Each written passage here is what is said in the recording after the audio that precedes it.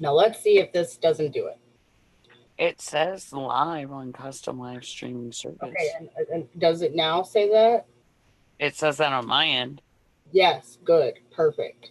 Because it didn't say that before, it said live preparing. So now we are live with Journey into Freedom. Oh, there we are. Okay. Hi, guys. Welcome to Journey into Freedom with me, your host, Red Gypsy. Our co host, Scarlet Anonymous, is with us. She's who's on camera. I'm not on camera tonight. I might go on in a little bit, but I just got my hair done. I just made a whole bunch of stuff, and I got to do the weekly guidance and the moon news. And I'm surrounded by all my notebooks and everything, and I'm just, crazy. And it takes a whole lot to set up to do live. I have to like hang stuff from the ceiling and Right, lighting, and it's nuts. right.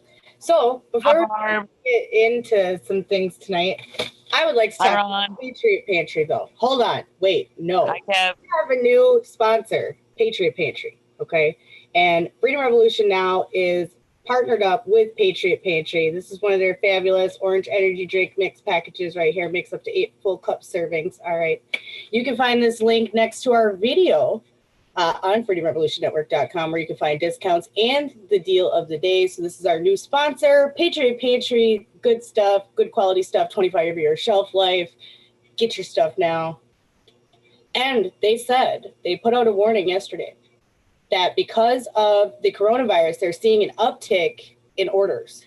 So if you were thinking about ordering, you haven't ordered before, this may be the time for you to order Patriot Pantry Foods. Or Ready Hour is the same brand naming, but they're just kind of doing a few different lines. So make sure to check that out, Patriot Pantry. Thank you. You may continue now, Red. Hi, BJ. Hi, Mel. Hi, Barb. Hi, Ron. Hello, Hi, everyone. Kev. Hi, Pam. I'm going to open up the chat myself here in a second if I can function here. Hi, guys. We have a great show tonight on Journey into Freedom. We have some explosive moon news to go over. We have weekly guidance to do. I have some scripture to give out tonight that I came across again in my Esdras, actually. So we'll be discussing about that. We are going to be talking about, again, still doing folk versus fake. And tonight we're going to be talking about the laying on of hands. We'll probably most definitely be talking about the coronavirus.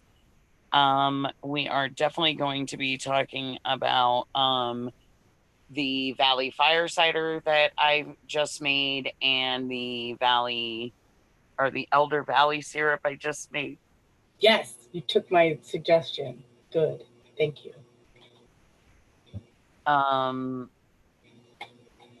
just a whole lot. So, we all love journeys, and this show is about journeying into all of the freedoms, finding freedom through self, through spirituality, through every level of being, physically, mentally, emotionally, all of them, to find your true freedom.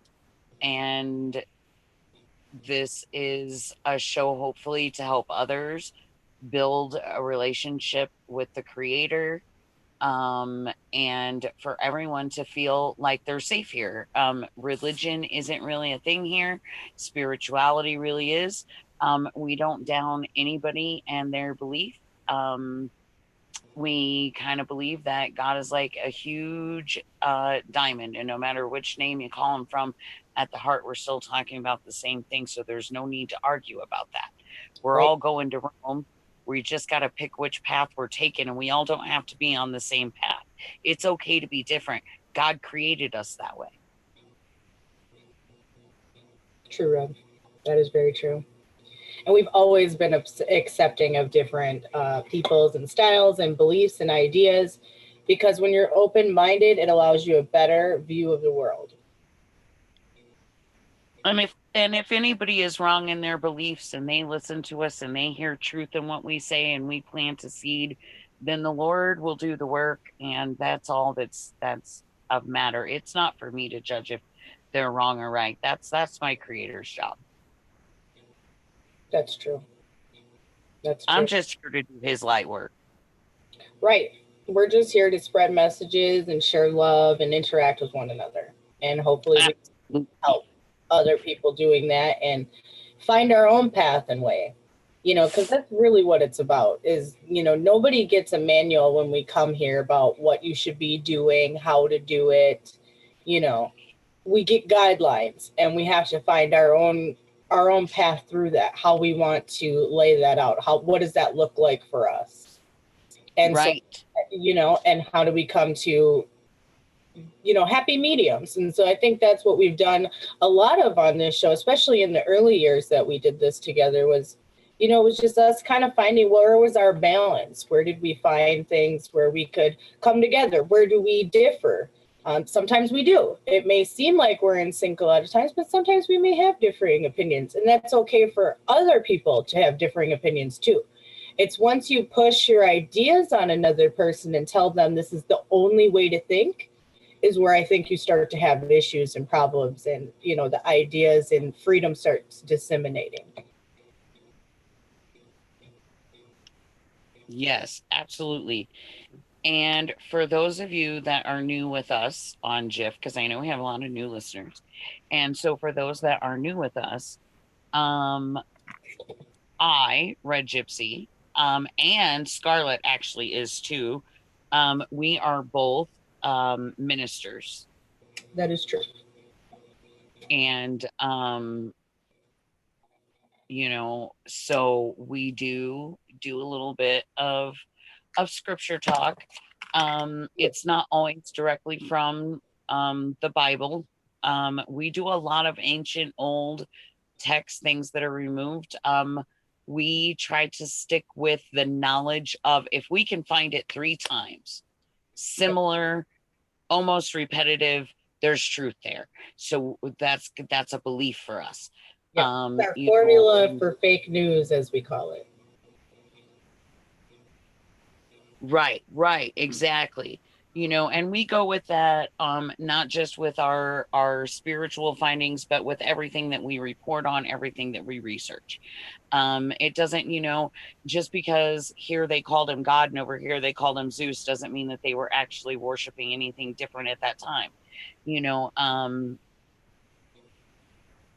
Yes, Barb, everyone has the right to believe what they want. That's right, Barb. And we do work that way. So that's what we kind of focus on. And then I am also personally, Red Gypsy, I am a registered holistic lifetime registered holistic practitioner and a lifetime metaphysician registered with World Metaphysical Association, as well as United Holistic Healers. So I also have certifications in acupressure, sound therapy, hypnotherapy, hypnosis. Interesting stuff with hypnosis in the past. Only a couple times though. We haven't touched on that very much. We did a whole bunch of shows on the hypnosis when I first started. We did that hypnosis series, and we did do that, but we haven't touched on that very much. But it is something that you do. Right. I have so many certifications, guys. I've seen them all too. There's a whole bunch. I have a whole wall. Mm-hmm. You could put them. I don't even think they would fit in your place though. No, they won't. I mean, if you had like a large room that you can like display them with? One day when my gypsy wagon is done and I get to travel around and just offer my works for trade and donation on the mobile, I will be able to hang them around. That will happen one day. But it is not now. I am a Reiki master in traditional Usui Reiki, as well as Kundalini Reiki, which also gives me boosters in a master's in crystalline Reiki, DNA Reiki, birth trauma Reiki. What else? Ascension Reiki, Violet Flame Reiki, Plant Reiki, which is my own Reiki that I have branched myself. Yeah. Dwayne. Hello, Dwayne. It sucks. I'm sorry. I hope we can make your ride a little better for the next couple hours. So I do all of my services and everything are by trade and donation only. Yeah. So anybody that, I also do emotion code healing. That is an important one that I often forget to tell people. I do emotion code healing. I also do Limpia egg healing. Ooh, now this I can't do, unfortunately, long distance. I'm sorry.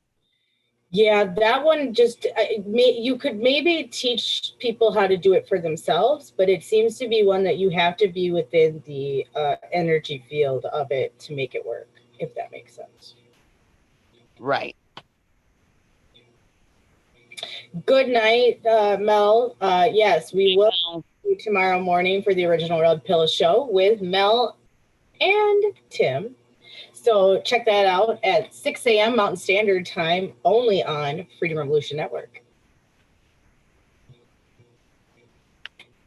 So, I'm also in school still currently for my herbologist certification, but you don't need the certification. I just am doing it so that I have it, and I do actually have schooling behind me with it, but I do already consider myself an herbologist. In doing all of my research and the things that we've been doing for the last 4 episodes now on this show, I have swallowed down what I have proverbially kept in the back, which is I am a folk healer, guys. It's what I do. It's what God has led me to do. Yep. And what I do is not my own. Natural healing led me down the road to radio, and then eventually led me down the road to you. So I definitely feel like right place, right time.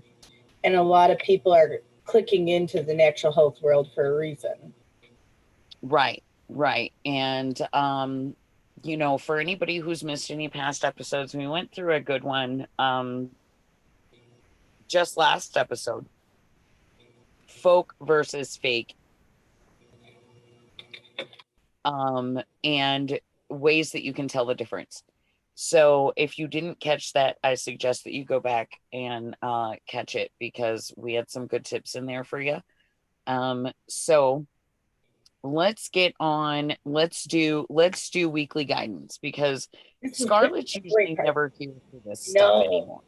No, I'm never here for this. This is my favorite part of Red's show, y'all. Like, besides when Red does like readings and stuff, this is like my favorite part of the show. Oh yes.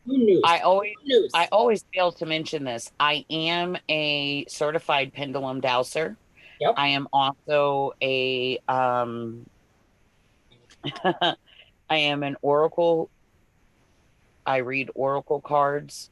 From the Ascended Masters is what I use specifically. Jesus is in here amongst a lot of other names that you may or may not find familiar. What comes up in my weekly guidance is whichever Ascended Master wants to speak out, give a message for the week, what we should be focusing on maybe for the week usually is what they kind of tell us, kind of give us just that guideline, you know, show us if what they're supporting this week for us. Just in general as a whole, as you know, universal.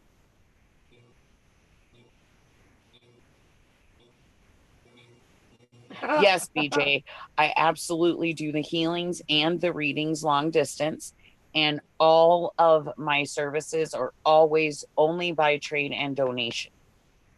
Yes, you will be able to watch this tomorrow. The replay will be on the FRN YouTube, as well as you should be able to catch it on Facebook, Twitter, Twitch, DLive, Periscope, the platform of your choosing, or directly here on FRN. So yes, Yes, Barb, totally see us. and we do have a herb chat coming up as well. So don't miss out on that. Now, our weekly guidance for this week. I am shuffling. Ooh, interesting. What fell out? I know Well, it. I feel it. Three. I feel it. You never get right. You never get this ever. I know. That's why I was like, what just fell out? You knew it because I was like, ooh, you know me. I know your sounds. I know what's going on. I'm like, ooh, cards just fell out of the deck, y'all. That's how well I know Red after all these years of us doing this together. So yes. And you haven't even been here for a while. But I haven't had anything fall out in a really long. Not since that one caller, but she only had one card fall out like a month or so ago, maybe 2 months ago. Yeah. So our first Ascended Master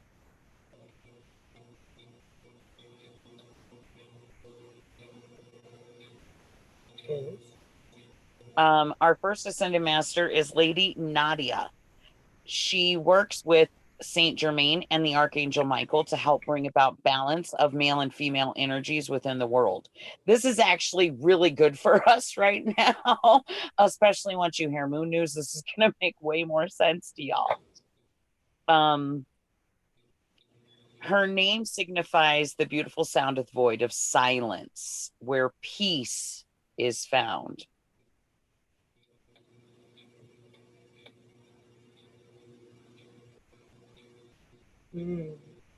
Now, we call on her to find peace with both females and males in our life, to harmonize and balance that masculine and feminine energy within ourselves. Her card actually is mother, wife, sister, or daughter. So whichever one that just popped into your head first, that's the one. The issue that you're asking about that involved that significant woman that popped in your head when I said mother, wife, sister, daughter. Night, Barb. God bless. Night, Barb. That's the one. So any unhealed feelings that you carry towards this person, they're blocking and they're slowing your own manifestation of your own dreams, and they're leading to your imbalance. Okay? Now, this is the perfect time to call on God, as well as your guides, as well as your angels, to help release toxins that are associated with your past, as well as present female relationships.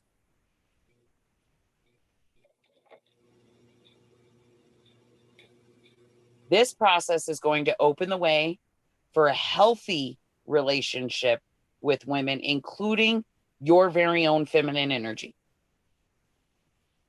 Now, that balance of the female and male energy is practiced by giving and receiving daily.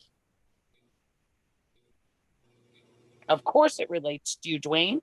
This is the weekly guidance. This is supposed to help guide you. Imagine if I was giving you a one-on-one reading, right? Which I do. You think this is on target? You have no idea until you said, "Hey, Red, do one for me personal." Right. Yeah, that's true. You know what? That is true. And the mini readings that you do give people, people do get a lot of insight on those. And the readings I've been doing, because I've been doing a lot of energy readings with people, in their oracles, but energy oracles, and they've been dead on lately. Now, you have to be willing to forgive this woman who seems to have hurt you, because it's time. Oh, yeah, this is about Dwayne. Sorry, Dwayne. A female, possibly recently or long ago, even deceased, is saying, I love you from heaven.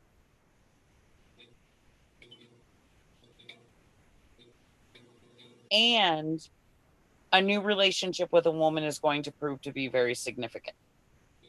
Ooh. Interesting. Now, the next one that came out is El Morya. Now, he was a member of the royal family of Kashmir in the 1800s. He had a political focus, and that was on making human and fair changes to laws. We call on El Morya to help keep energy clear, high, and protected, as well as to assist within any legal or political situations.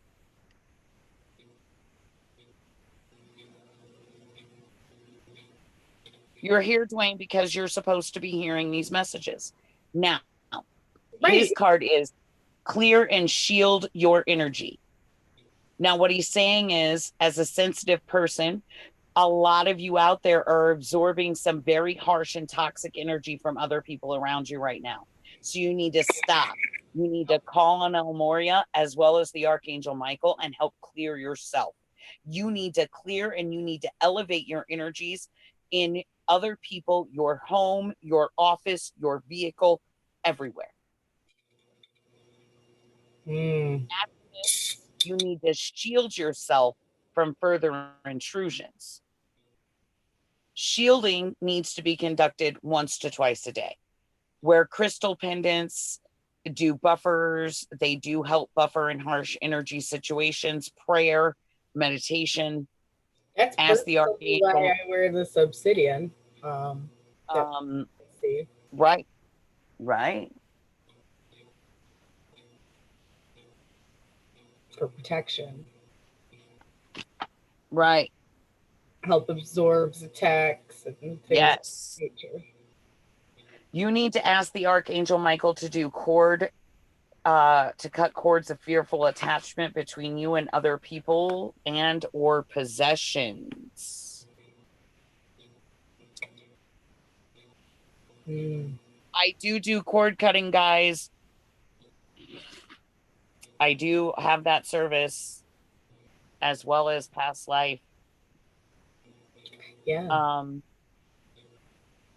Honor your sensitivities.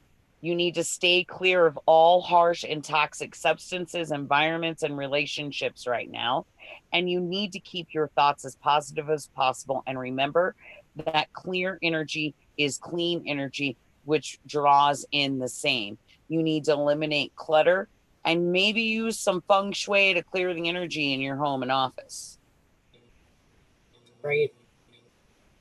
I think people don't think about just simple things that can help clear the energy, right?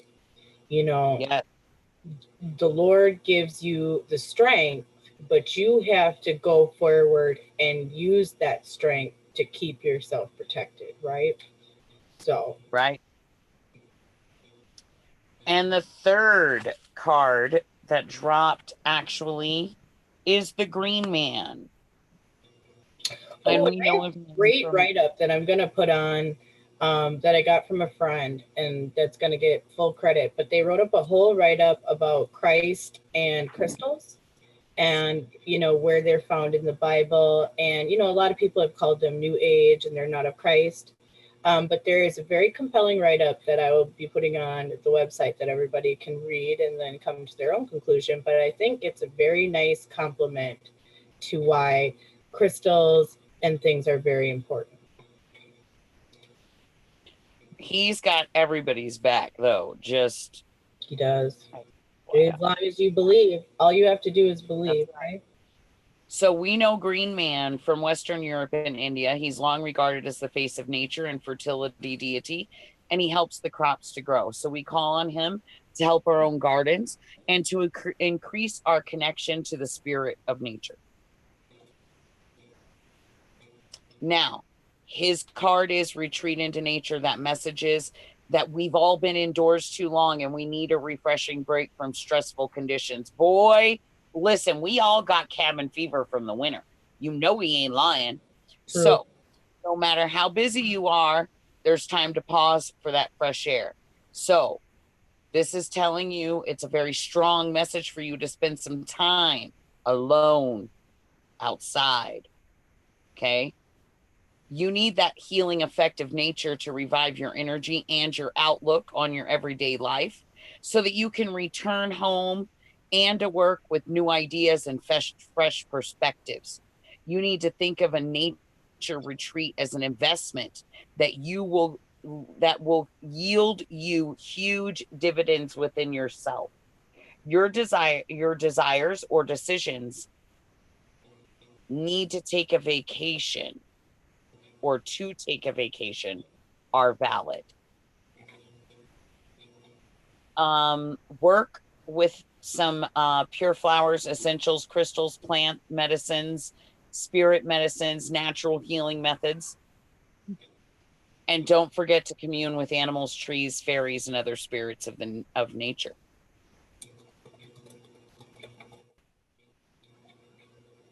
So that is our weekly guidance. Normally it's not that large. No, that was actually a really long one, but with moon news, okay, I can see this complimenting that. Right. Mm-hmm. Now, let's just go ahead and do moon news. Yeah, we need to just, yes. Okay. Now, one thing that I'd like to just, because there's new listeners here, we came from freedomizerradio.com, okay? And we've been doing moon news for a very long time, okay? Red has been doing this. This is one of her specialties. I enjoy it very much as a listener.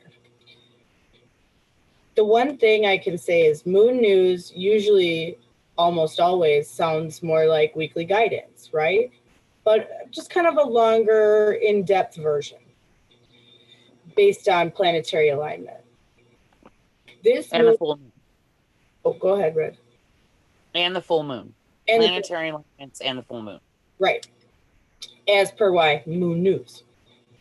And star alignments. Right, which is why, planetary star, astrological alignments, all that good fun stuff.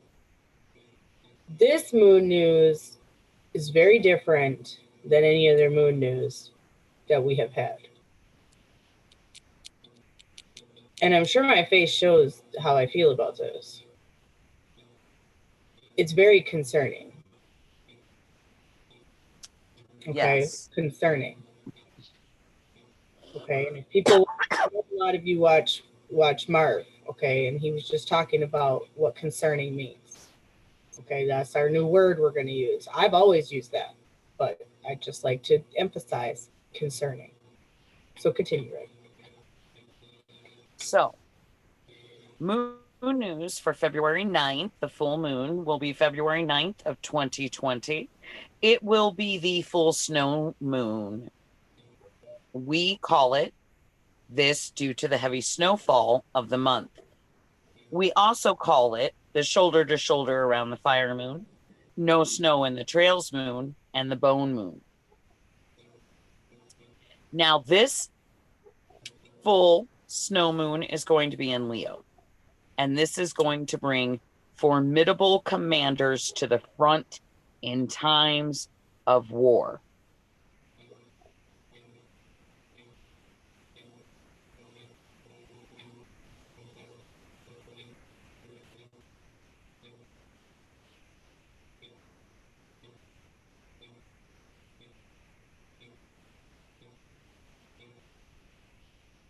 Ron, You get with me later. Scarlett, you make sure Ron knows how to get a hold of me later. Okay, I will. Yeah, because we don't want to talk. We don't want to put all that out there live on air, Ron. Ron's put a lot out himself already, so this isn't anything that his listeners aren't aware of. But Red has some expertise in that she can help you with privately, Ron, that I'll get her hooked up with you. And I can absolutely do a private reading for you on this. Yes. Marv is addicting, okay? It is. I like Adam, okay? Just like I like Dutch. See my Dutch shirt, everybody? This is one of my favorite shirts, the pressure transfer mat tee. It's one of my favorite shirts. It does get addicting. I enjoy these people just as much. They have good. You are welcome, Ron. You make sure that you get with me. We will do a private reading and I will give you some advice. Yeah, so we love Marv. So back to Moon News. Okay, we want to get now. We're gonna go back. I'm gonna repeat that. Yes, because the full snow moon is going to rise in Leo. This is going to bring formidable commanders to the front in times of war. This will bring life or death decisions that need to be made quickly.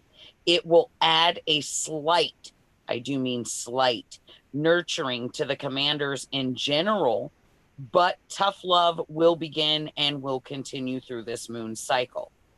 All the leaders and that means nations, worlds, families, companies, all the leaders, okay, will have to risk short-term bad economic conditions that do not allow for luxuries. Does that sound familiar to anyone right now? Or otherwise unpopular decisions for the sake of long-term overall prosperity. No one is working for Willy Wonka for the sake of popularity this moon cycle. There is going to be absolutely no sugarcoating for these awful pills they are about to make us take. Yes, BJ, commanders, generals, presidents, etc. Right. Now, Leos are very ego-driven. This is going to reflect outward as well. However, this should cause the wanting to help of others more than themselves. However, it's also going to depend on the ascension of self. The energy going around this moon cycle is easily to be used and corrupted into ruthless, tyrannically driven tendencies. This Leo full snow moon gives courage to the heads of nations, companies, families to become not just leaders, but trailblazers to do whatever it takes to protect those in their care. The roaring lioness protecting her cub is the symbol used for this full snow moon. The heart of this full snow moon really comes down at the most boring of levels in the alignments of the planets. The great patriots willing to die for their countries. Keep these types of people as friends during this moon cycle. Remember, Leos are fiercely loyal. And during this full moon cycle, loyalty is no longer an option. It is going to be flat out demanded. Anyone found betraying anyone at this time will be held to the highest punishments. Examples will be set, and punishments shall be quick and without explanation. And this is coming more into play because you wrote this over a week ago, okay? Yeah. And at that time we were like, whoa, because it's the craziest moon news I've ever heard. But now with the events of this last week, it's so much more into perspective, in my opinion. That's just my opinion. Right. Now, Do not seek revenge at this time during this moon cycle, or you too will suffer horribly. This will be a cycle of the moon that no one will care who they bring down with them. This is definitely a full moon to lie low and protect yourself. Now, the strengths of the Leo are going to also shine through, such as creativity, passion, generosity, humor, and warm-heartedness. This is where all that slight nurturing with the leaders in general of nations, companies, and families. But that Leo oppositional traits are going to be there more. And that's the arrogant stubbornness of their self-centered, inflexible laziness. This part's equaling the tough love. So remember also that Leos do not like to be ignored, and they will not allot for it.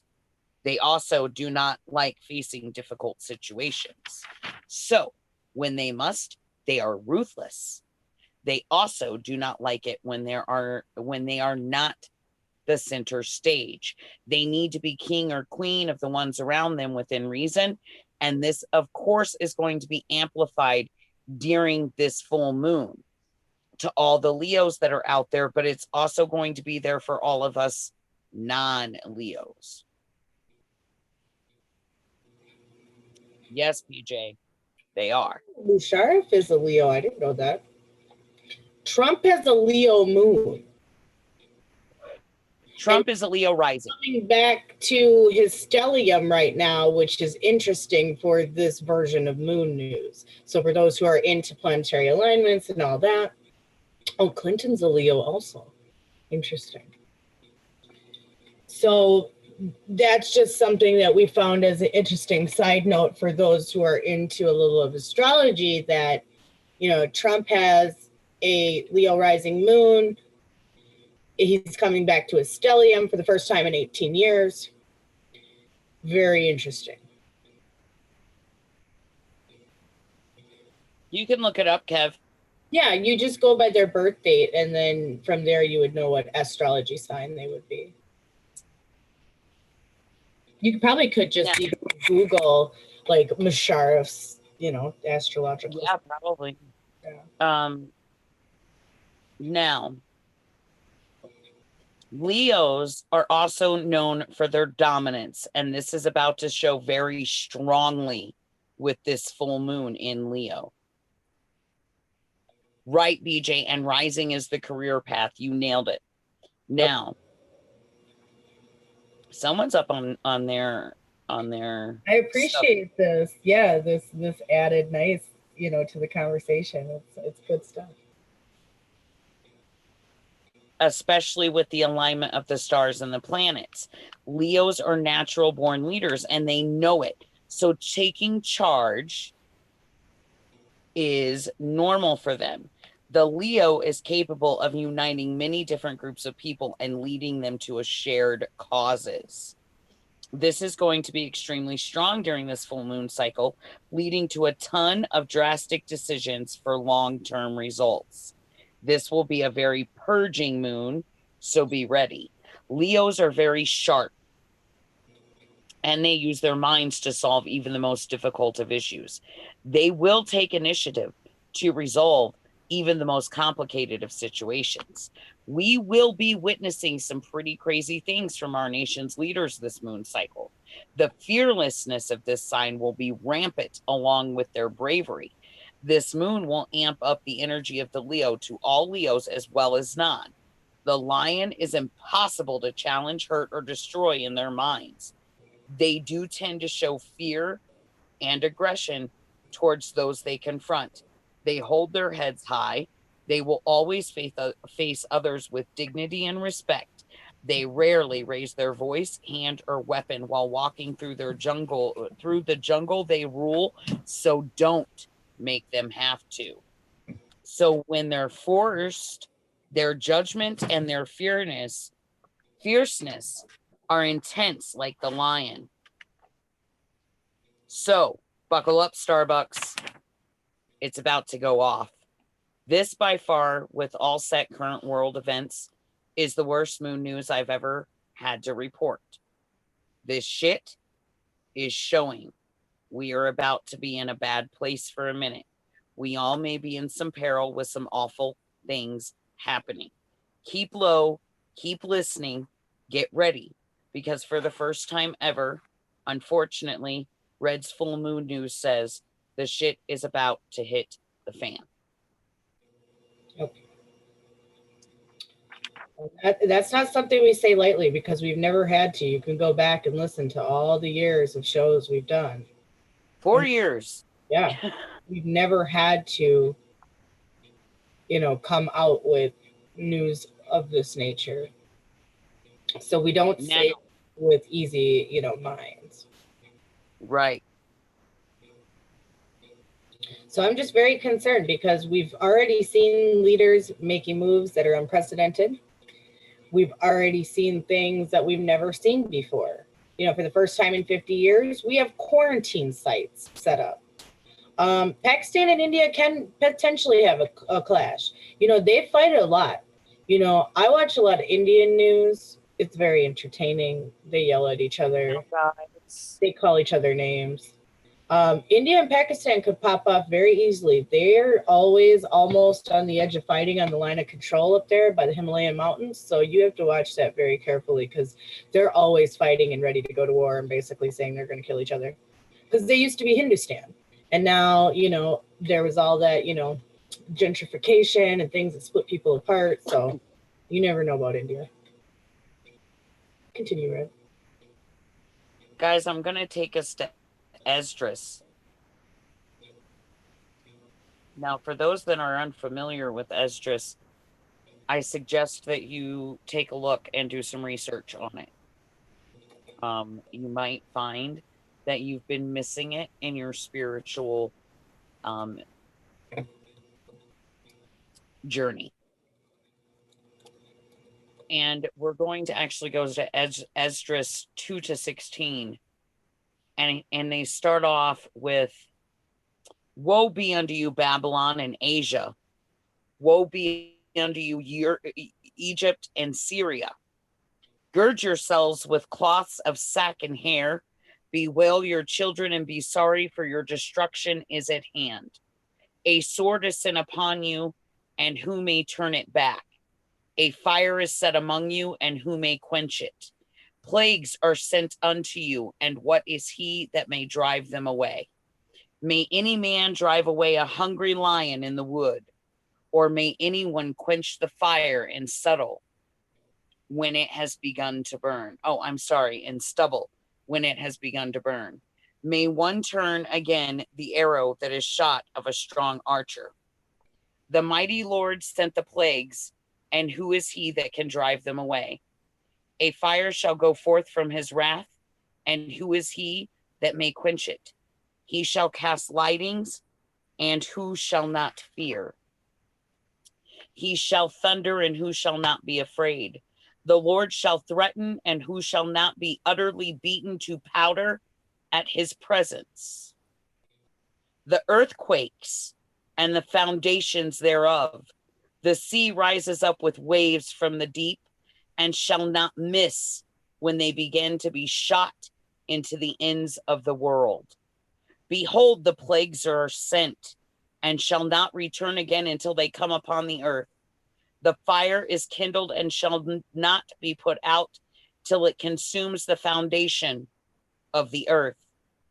Like as an arrow which is shot of a mighty archer returneth not backward, even so the plagues that shall be sent upon earth shall not return again. Now I'm going to stop there for just a minute.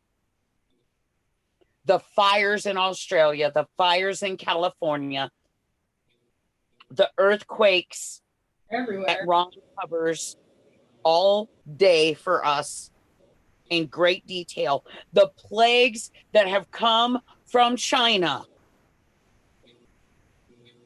Are we listening? Because this is prophetic now, ladies and gentlemen.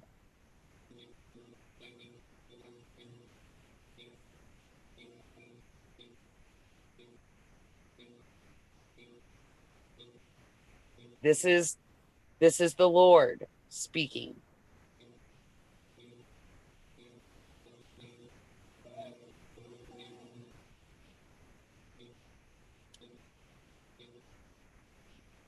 There are no coincidences, Pam.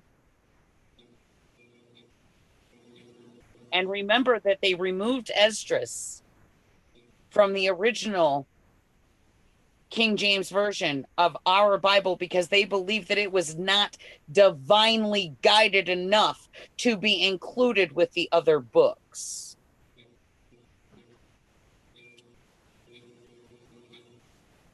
Yes, BJ, it could.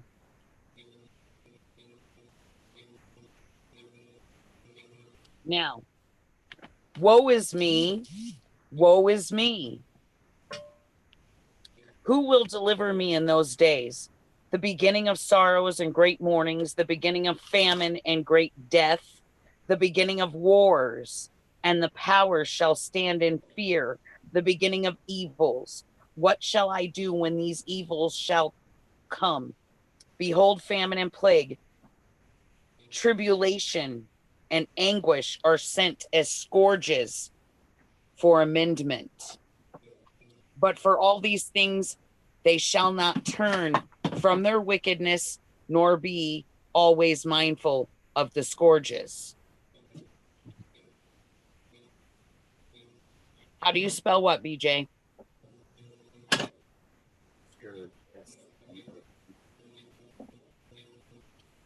Behold.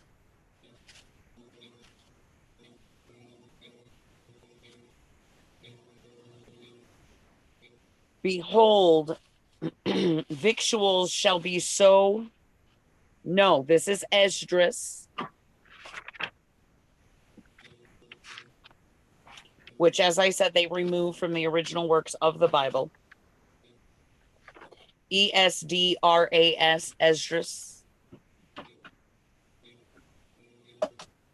They shall think themselves to be in good cause, and even then shall evils grow upon earth, sword, famine, and great confusion. For many of them that dwell upon earth shall perish of famine, and the other that escape the hunger shall the sword destroy. You know, As whole families being executed in China. Whole families. BJ, it's E as in Edward, S is in Spanish, D as in Drake, R as in raccoon, A as in Aramis, and S as in social. You're welcome.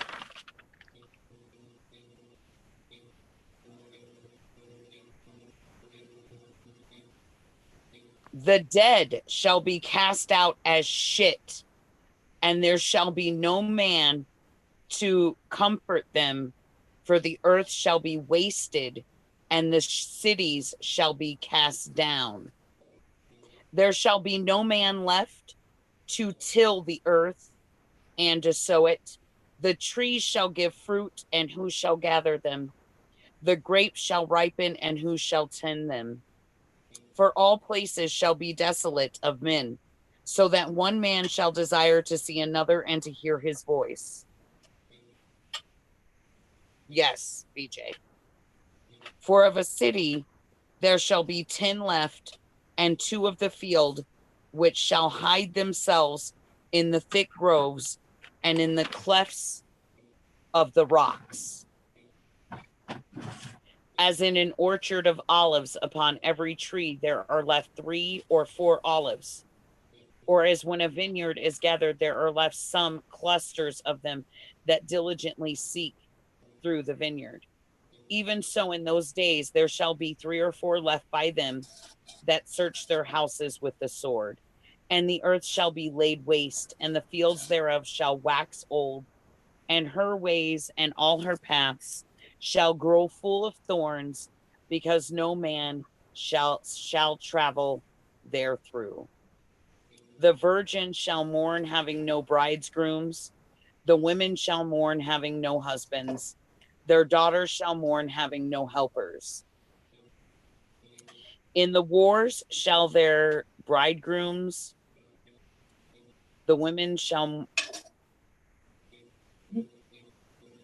in the wars shall their bridegrooms they lose. Hear now these things and understand them, ye servants of the Lord. Behold the word of the Lord, receive it, believe it, not the gods whom the Lord spoke. Behold, the plagues draw near and are not slack. As when a woman with child in the 9th month brings forth her son within 2 or 3 hours of her birth, great pains compass her womb, which pains her when the child comes forth. They slack not a moment. Now remember that some people believe that this particular verse has to do with a certain constellation that came through 2 years ago, where the constellation Virgo, or the Virgin, had a child star pass through where her womb would be. And now we are going through the days of those tribulation afterwards. A lot of people believe that it is the beginning of the tribulation.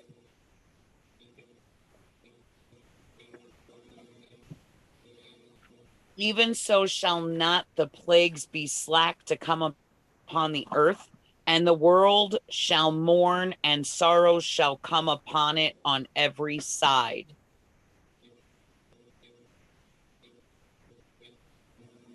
Yes, BJ, they do.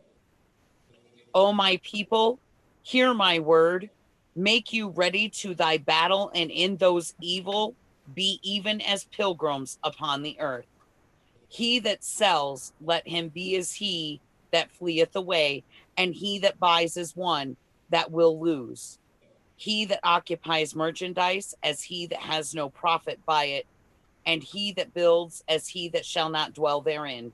He that sows as if he should not reap, so also he that plants the vineyard as he that shall not dwell therein. Well, Yes, BJ. Good. Think of Israel as the woman along with Virgo. Correct.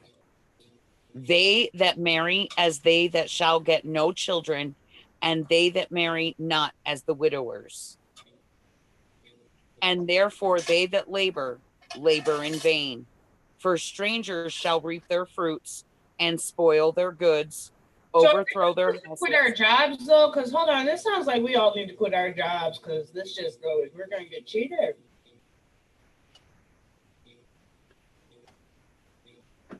I feel like that's what they're saying. For strangers shall reap their fruits and spoil their goods, overthrow their houses, and take their children captives. For in captivity and famine shall they get children, and they that occupy their merchandise robbery. The more they deck their cities, their houses, their possessions, and their own persons, the more will I be angry with them for their sin, said the Lord.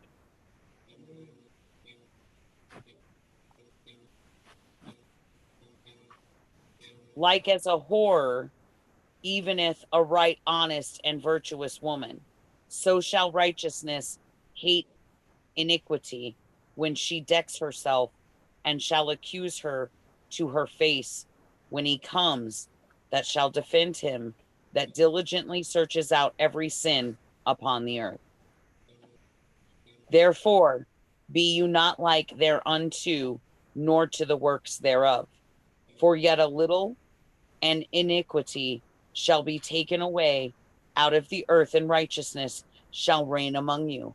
Let not the sinner say that he has not sinned, for God shall burn coals of fire upon his head, which said before the Lord God and his glory, I have not sinned. It does, BJ, it does, and this is why I thought it was important to bring it up. Behold, the Lord knows all the works of men, their imaginations, their thoughts, and their hearts, which spoke but the word, let the earth be made, and it was made, let the heaven be made. and it was created. In his word were the stars made, and he knows the number of them. He searches the deep and the treasures thereof. He has measured the sea and what it contains. He has shut the sea in the midst of the waters, and with his word he has hung the earth upon those waters. He spreads out the heavens like a vault upon the waters. Has he founded it? In the desert has he made springs of water and pools upon tops of mountains, that the floods might pour down from the high rocks to the water, the earth. He made man, and he put heart in the midst of the body, and gave him breath, life, and understanding. Yea, and the spirit of the Almighty God, which made all things and searches out all hidden things in the secrets of the earth. Surely he knows your inventions and what you think in your hearts, even them that sin and would hide their sin. Therefore has the Lord exactly searched out all your works, and he will put you all to shame. And when your sins are brought forth, you shall be ashamed before men, and your own sins shall be your accusers in that day. What will you do? Or how will you hide your sins before God and his angels? Behold, God himself is the judge. Fear him, leave off from your sins, and forget your iniquities, to meddle no more with them forever. So shall God lead you forth and deliver you from all trouble. For behold, the burning wrath of a great multitude is kindled over you, and they shall take away certain of you, and feed you, being idle with things offered unto idols. And they that consent unto them shall be had in diversion and reproach, and trodden underfoot. For there shall be in every place and in the next cities a great insurrection upon those that fear the Lord. They shall be like madmen, sparing none, but still spoiling and destroying those that fear the Lord. For they shall waste and take away their goods and cast them out of their houses. Then shall they be known who are my chosen, and they shall be tried as the gold in the fire. Hear you, my beloved, says the Lord. Behold, the days of trouble are at hand, but I will deliver you from the same. Be ye not afraid, neither doubt, for God is your guide, and the guide of them who keeps his commandments and perceives, says the Lord. God, let not your sins weigh you down, and let not your iniquities lift up themselves. Woe be unto them that are bound with their sins and covered with their iniquities, like as a field is covered over with bushes, and the path thereof covered with thorns, that no man may travel through. It is left undressed and is cast into the fire to be consumed therein.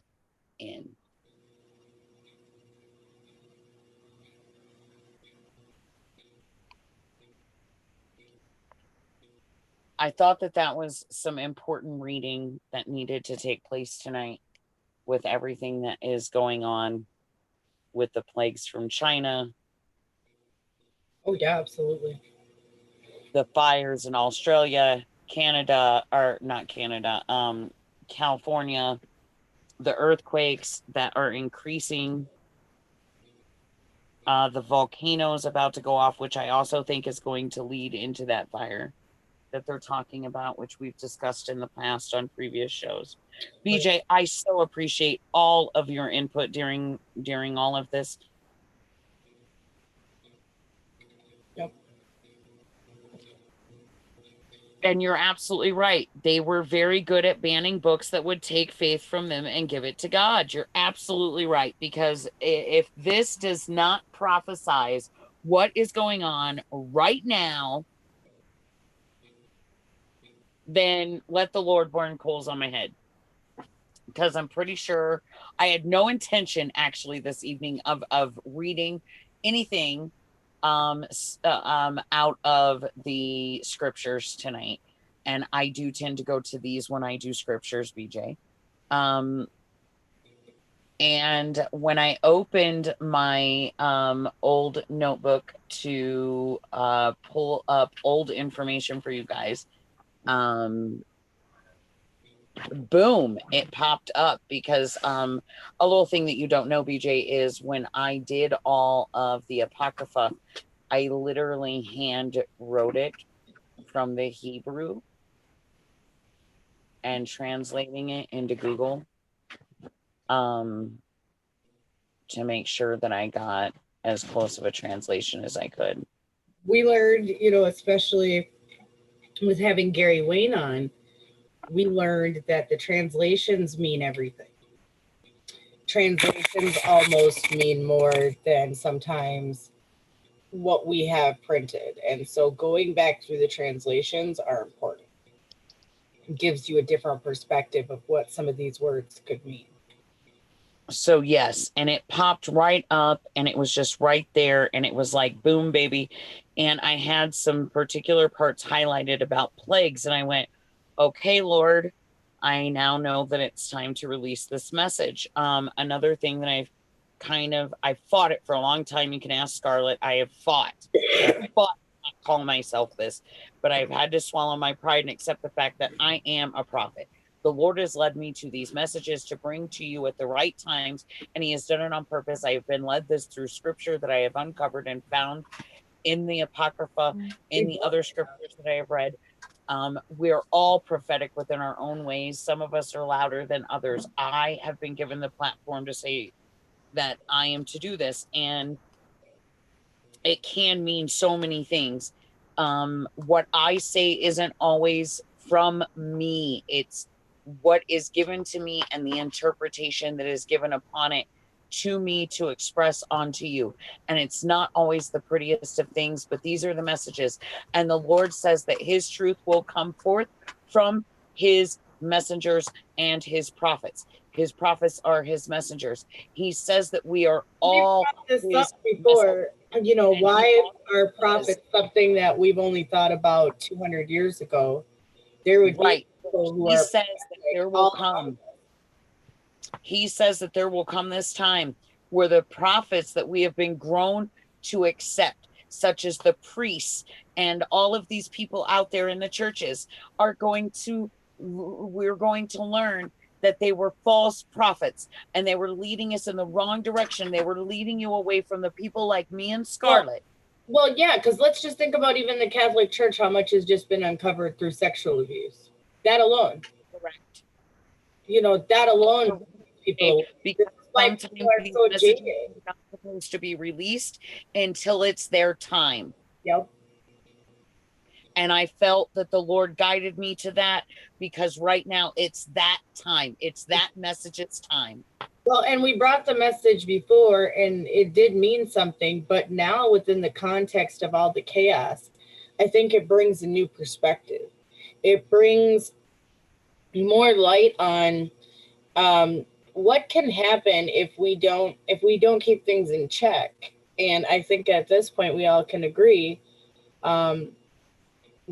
things haven't been in check.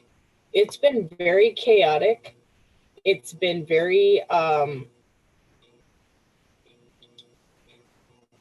disorganized, dystopian.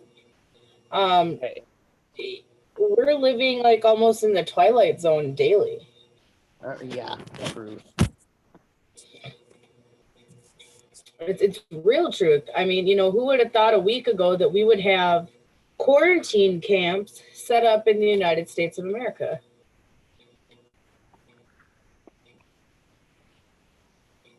We're sitting with 4 quarantine camps set up, Department of Defense bases, which means that's a whole another level of jurisdiction. We are having a huge plague of locusts right now in Africa, Pam. Yeah, I have an article about that I was going to share with you people.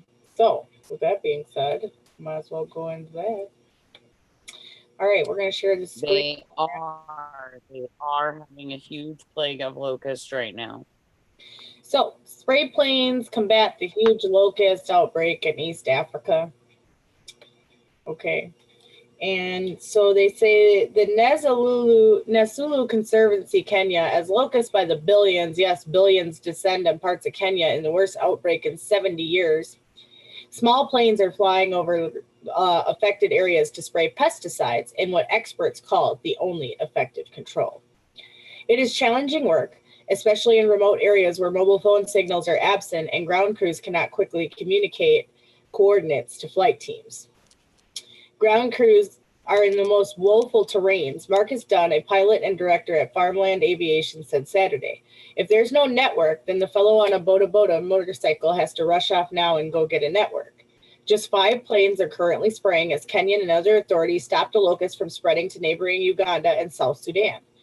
The United Nations has said $76 million is needed immediately to widen such efforts across East Africa. A fast response is crucial. Experts warn if left unchecked, the number of locusts could grow by 500 times by June when drier weather will help bring the outbreak under control. Finger-length locusts swept into Kenya from Somalia and Ethiopia after unusually heavy rains in recent months, decimating crops in some areas, threatening millions of vulnerable people with a hunger crisis.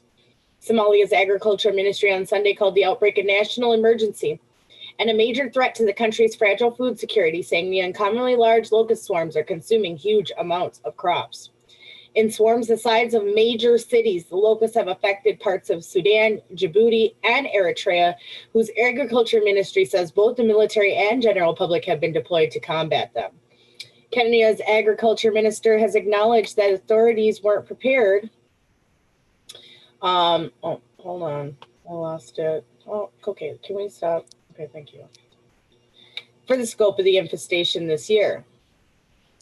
Oh, come on. Can we now?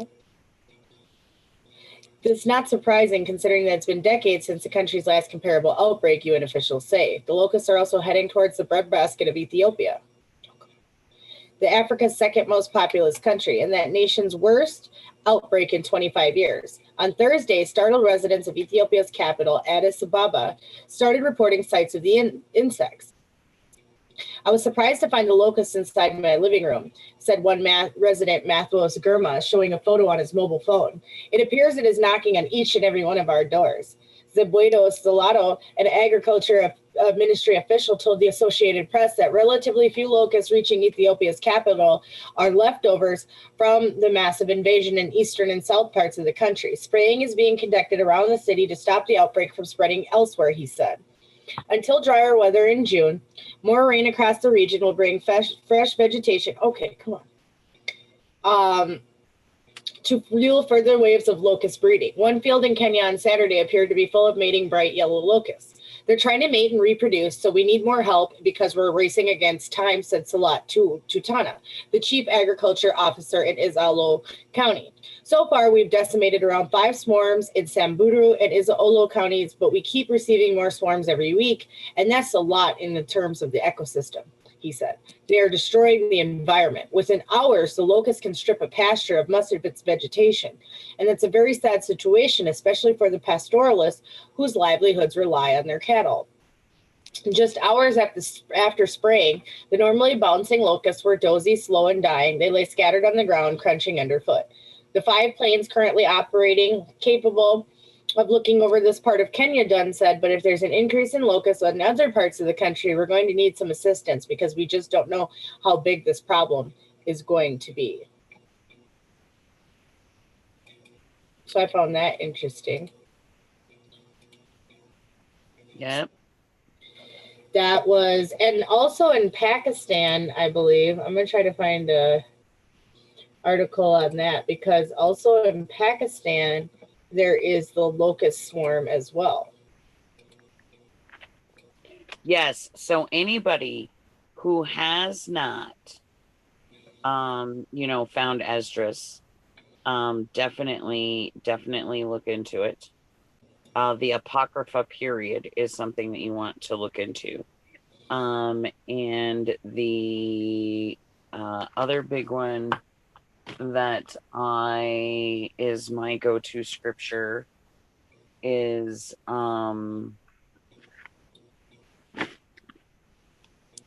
goodness gracious, of course. It's the one I don't have here.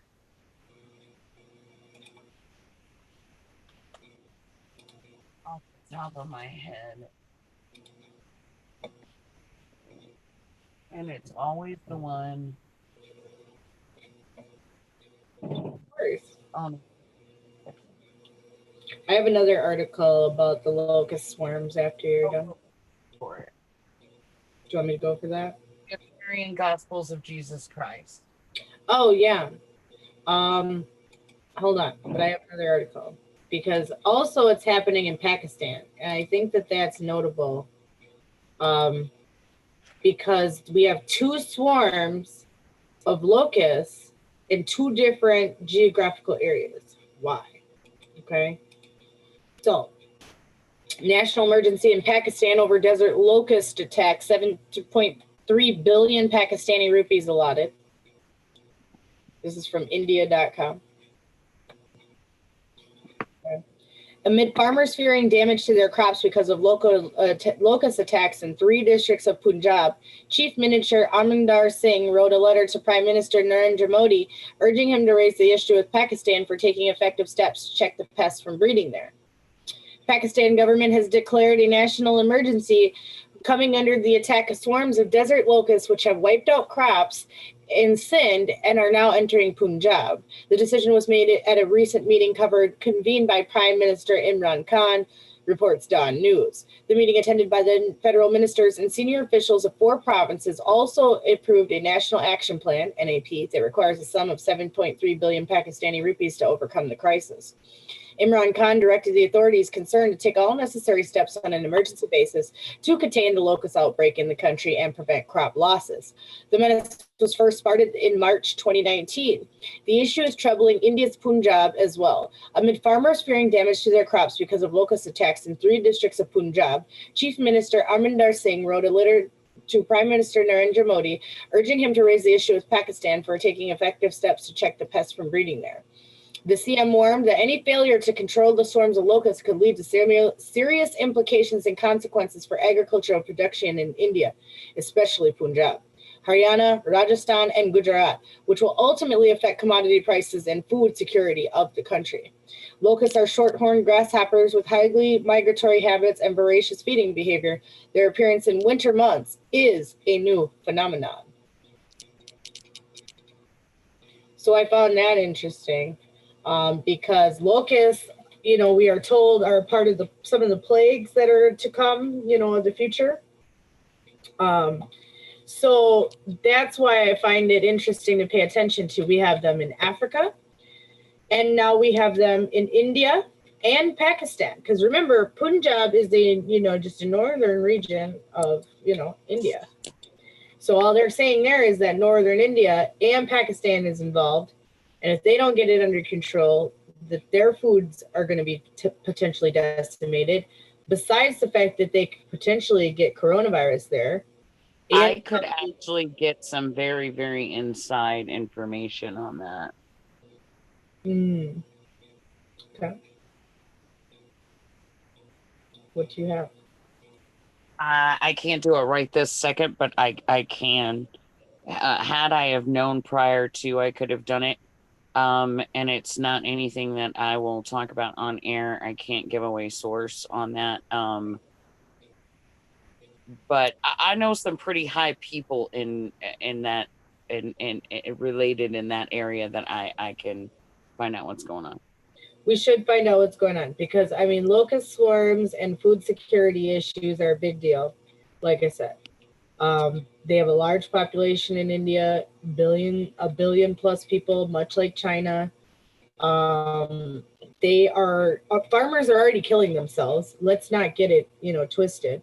They're already killing themselves. They're already committing suicide at massive rates, at least I think 7 a day or more. Farmers in India are killing themselves. So with that being said, I think that it's something to take back because number one, if these farmers keep getting affected now in the northern regions, it was southern regions basically due to government agreements and what they would get as subsidies and a lot of welfare type farming programs, right? But the northern being destroyed by actual new phenomenon, that's something that they didn't prepare for. I don't think anybody prepares for, oh, all of our crops are going to be destroyed. But I think we should have, because last year in the spring, all of our crops were destroyed in Nebraska, in, you know, North Dakota, South Dakota, Iowa, Illinois, Missouri, Kansas, everywhere was flooding, right? And we didn't prepare for that. We didn't prepare for the wildfires in California. We didn't prepare for the areas that were damaged in any other place that had a natural disaster, that we did not prepare for crop loss. And I think that with so many places compounding crop loss at this point, we need to start paying attention, because we're going to get to a point where they're going to start announcing that food is in shorter supply. You're going to have to pay more for it. It's going to cost more. We can't import this. We can't get that. You know, a lot of our food is imported from China. How long are we going to keep importing food from them? You know, things of that nature that really concern me on how do we function if things just stop, or, you know, just disappear from the shelves. Now, guys, one of the things that we have discovered as well is that they're actually recommending people in China that when they actually get this, to go to the traditional healers.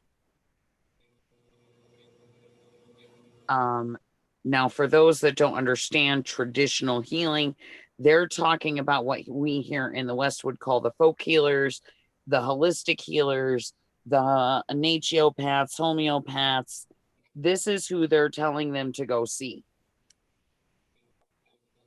Correct, because healing was more holistic then. It was done by the person and with the spirit, as well as with the body and herbs and things to heal.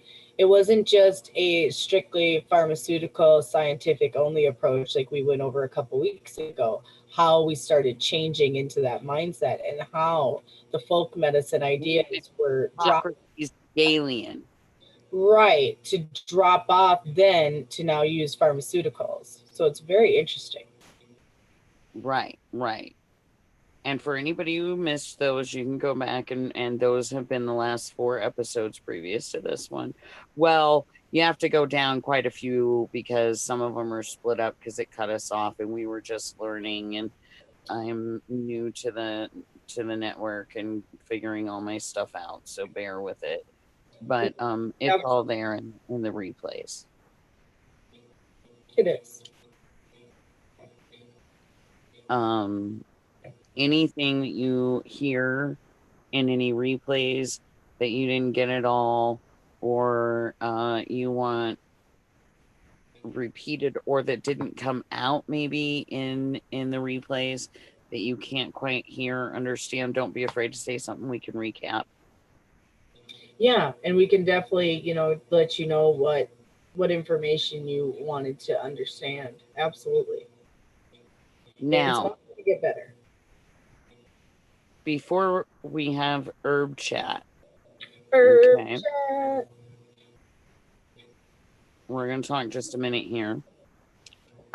These are reports from practitioners coming out of China, including the following report that I am going to read from Luminary Medicine.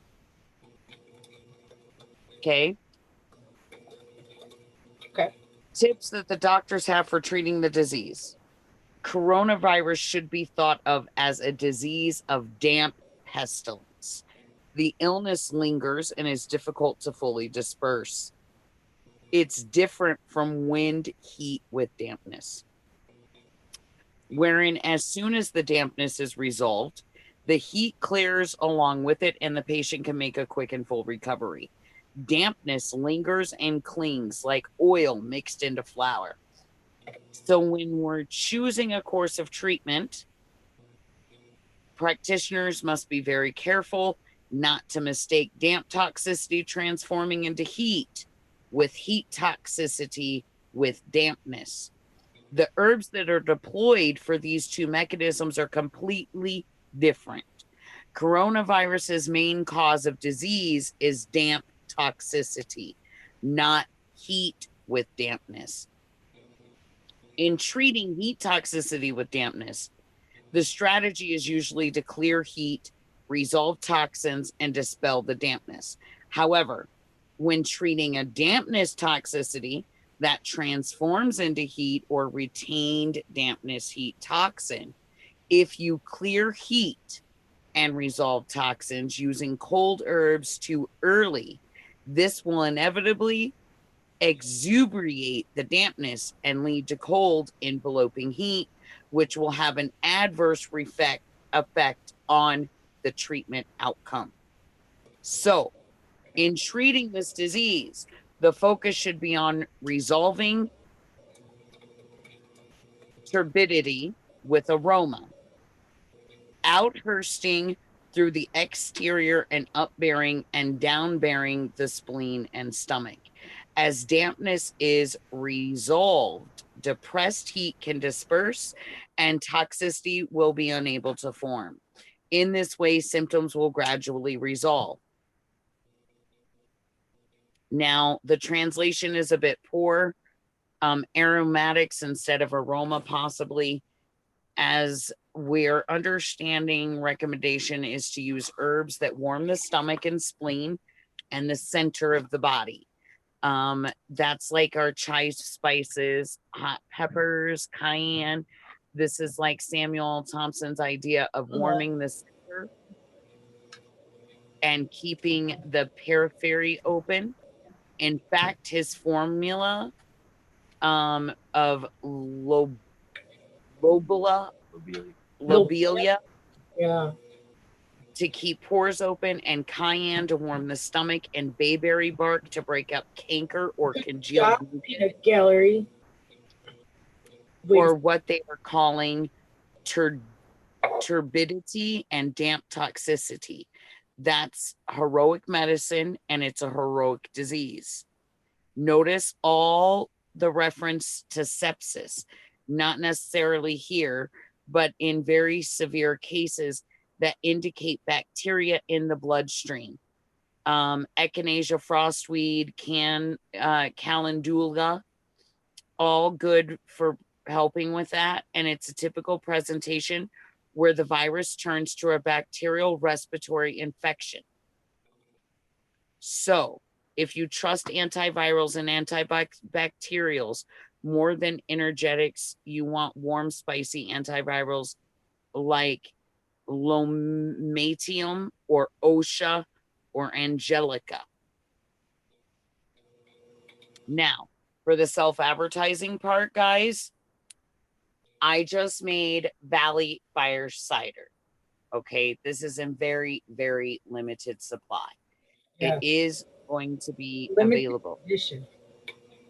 Yes, it is available for pre-order right now. If I do get enough pre-orders, I will make more.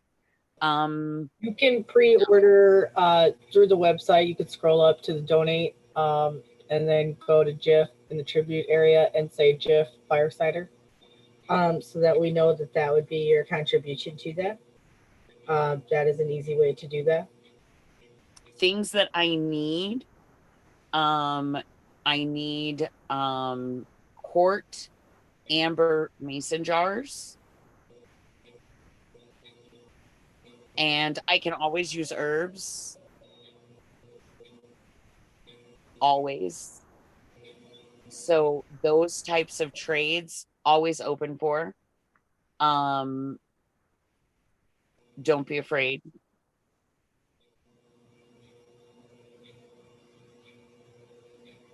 Yeah.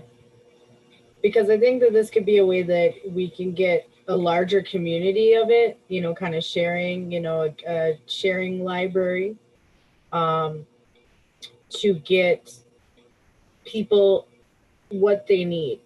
Because right now we kind of priced it out. A lot of people are charging, you know, expensive. You can make it yourself too. Now, mine is very special though. It is. And we will tell you why it is here in a moment. Yes. I call mine actually Valley Fire Cider. And it is jam-packed with stuff. Now, this is an incredibly, incredibly hot cider, which, from what they're saying, with this virus running around, is exactly what we need, because it's also got those couple of cold herbs in there that are also going to help. And then you can also transition over into, say, echinacea, golden seal, the calendula, these types of things for the colder part of this, but you need to start hot. Even if you just want to use it as a shield before protectant, not a bad idea. So this stuff is oh crap. Man, I'm always misplacing my books. Amber mason jars are used in dark color or blue mason jars. Just kind of anything but clear, help keep the potency of whatever herbs you're using for tincture or storage, or even for canning purposes.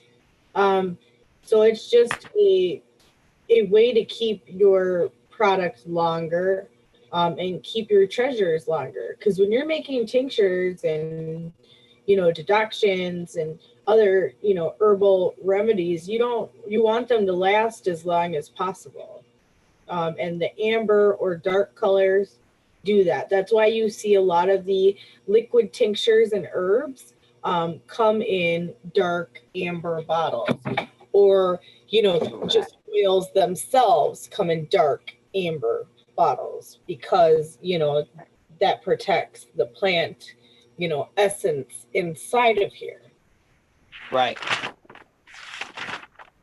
Now this has got onion, it's got garlic, it's got jalapeno, it's got lemon, it's got ginger, it's got horseradish, it's got turmeric, it's got cayenne, it's got rosemary, it's got elderberry, it's got osha root, it's got cinnamon stick, it's got honey, it's got apple cider with mother vinegar, and blackberry brandy.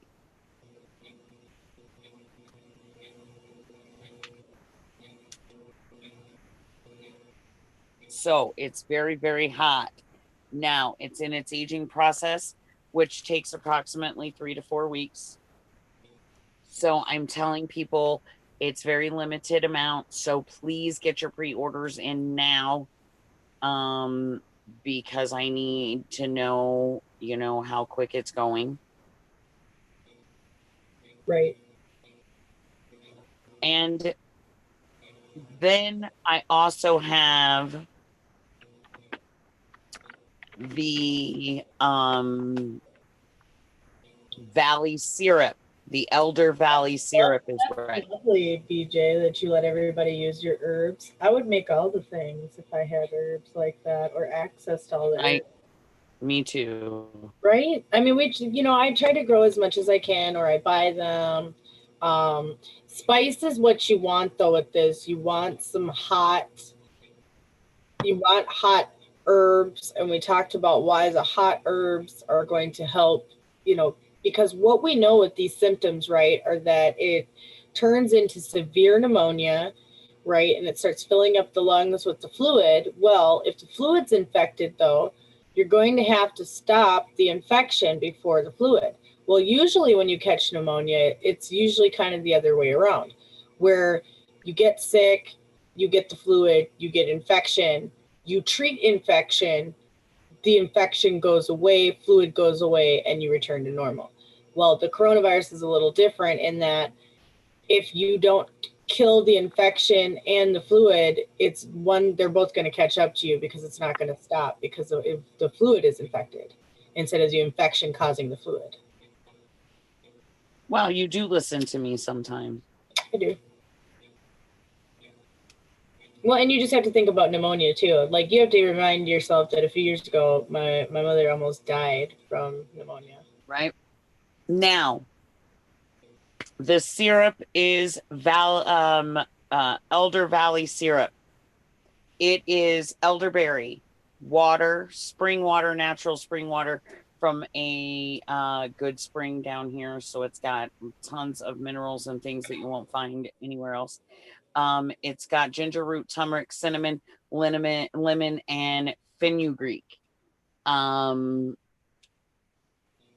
honey, of course. So this is an extremely limited amount. If I get enough people that want some, I'll make more. I have the potential to be able to make this pretty much year round. Oh, and this also has the OSHA root in it. Yes. Now, So that's what makes it a little different. what makes this so different and what makes this so special is the OSHA root. I'm going to tell you about the OSHA root. Now, we talked about it on Friday on Clarity After Dark, but a lot of you weren't with us then, so we're going to discuss it again now. Yeah, your Thailand hot peppers would work. Yes, they would. Would work. You know, any pepper works, any ones that are in season or that you can get your hands on. Just look up what the benefits, if you don't know them offhand, just look up the benefits of that so that you know what you're putting in.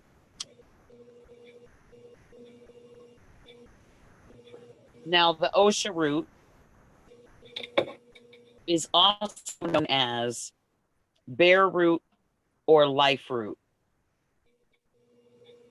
Also locally here known as Colorado cough root. It's a Native American herb from the parsley family, and it grows wild only in the southern Rocky Mountain ranges and really only around a very small valley, the San Luis Valley. OSHA root is often used for sore throats, loosening of phlegm, and the common cold. Great for boiling into tea. Used by ethnic groups in northern Mexico for the treatment of diabetes, tuberculosis, stomach aches, diarrhea, and ritual healing ceremonies. All of Mexico uses OSHA root for anti-ulcer remedies. Science does back this gastroprotective activity of LP organic extract used by the ethnomedicine in the testing of rats for life roots, or in the testing of rat for life root. I hate this word. Pharmacological. Thank you. Uses of Mexican folk medicine used in the San Luis Valley of Colorado, found through interviews of Hispanic families within the valley, are being investigated further at the University of Colorado School of Pharmacy. In 2011, there was a study that showed that bear root does show sedative and spasmolytic properties. Native Americans, through collected knowledge, there is a man, 56 years old, that has been using bear root his whole life and has spoken to many medicine men and herbologists. And it helps him by dilating the bronchial tubes and lungs and allowing the blood to carry more oxygen. It also helps him by dislodging phlegm to expel it. And he finds it great for chronic allergies and sinus conditions. It's also used in Hispanic communities in New Mexico, the southwestern United States, and Native Americans use it in treatment for respiratory infections and conditions of digestive tract and heart conditions. Life root is anti-inflammatory and antibacterial. It's great for viral infection of throat, sinuses, and cold and flu. It's an amazing immune system booster, helping to alleviate breathing difficulties and for treatment of digestive issues and conditions with arthritis pain, as well as carpal tunnel syndrome. We know here, we know it here as OSHA or Colorado cough root, antibacterial and antiviral herb. It soothes sore throats, treats cough, and relieves the inflammation of bronchial tubes, can promote sweating to help break the non-breakable fever. It may relax the muscle tissue and prevent any invading bacteria or virus from spreading. OSHA root has a long history in traditional Native American medicine for long-term inflammation, making it useful for arthritis and CTS. Bear root has also been used in traditional folk medicine for painful conditions. Life root does act as a mild anesthetic, often prescribed to replace painkiller drugs, especially great for the body and muscle aches, headaches, toothaches, and menstrual cramping. Also, Colorado cough root is known to treat upset stomachs, cramps, stomach ulcers, as well as indigestion. It is a bitter herb, so it soothes digestion but stimulates the appetite. OSHA root has an effect on lymphocytes, very great for the immune system and the type of white blood cells designed to fight off disease and illness. A 2016 study showed life root to have immunoprotective effects against oxidative damages on human peripheral blood lymphocytes. Other research shows bear root can have immune boosting abilities in treatment of acute promyelocytic leukemia, a subtype of acute myeloid leukemia, or white blood cell cancer.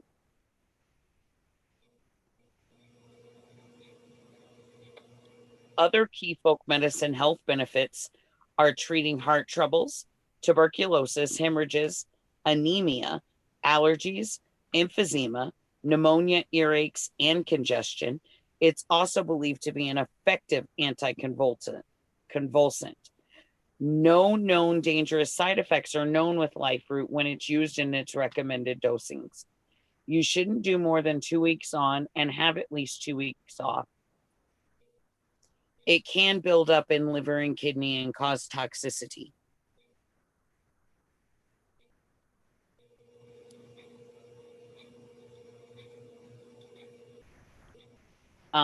Now, drinking more than 6 cups of OSHA root tea a day, more than 6 cups a day, has been shown to cause insomnia, diarrhea, appetite loss, headaches, dizziness, and vomiting. Okay, too much of a good thing ain't a good thing, people. We know that. So don't be dumb.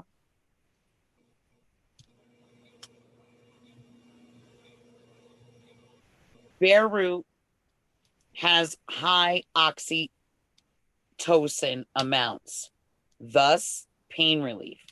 Due to this, we should not give to children under 6, pregnant, or breastfeeding ladies. OSHA root can cause uterine contractions that can result in miscarriages. Life root seeds, leaves, and roots are used to season beans, meats, and chilies. Boiled OSHA leaves are used in soups and casseroles, or hot dishes, as Scarlett calls them. And we even eat them raw in wild salads or regular salads. Many believe longevity in medicine is questionable because bear root cultivation is only in the specific region of the mountains in Colorado, especially San Luis Valley mountain ranges. American Botanical Council is looking into the details of turning OSHA to an economic crop for Wyoming growers. That can be a huge leap for this traditional respiratory healer, so that it gets the same acknowledgement per se as maybe echinacea. It could also have a very devastating effect on the herb. Ooh. Ooh. At the same time, and when we start looking at mass producing something that is only produced in one area of the world, it becomes a little questionable. There is one company that seems to be a good place called Taos Herb Company.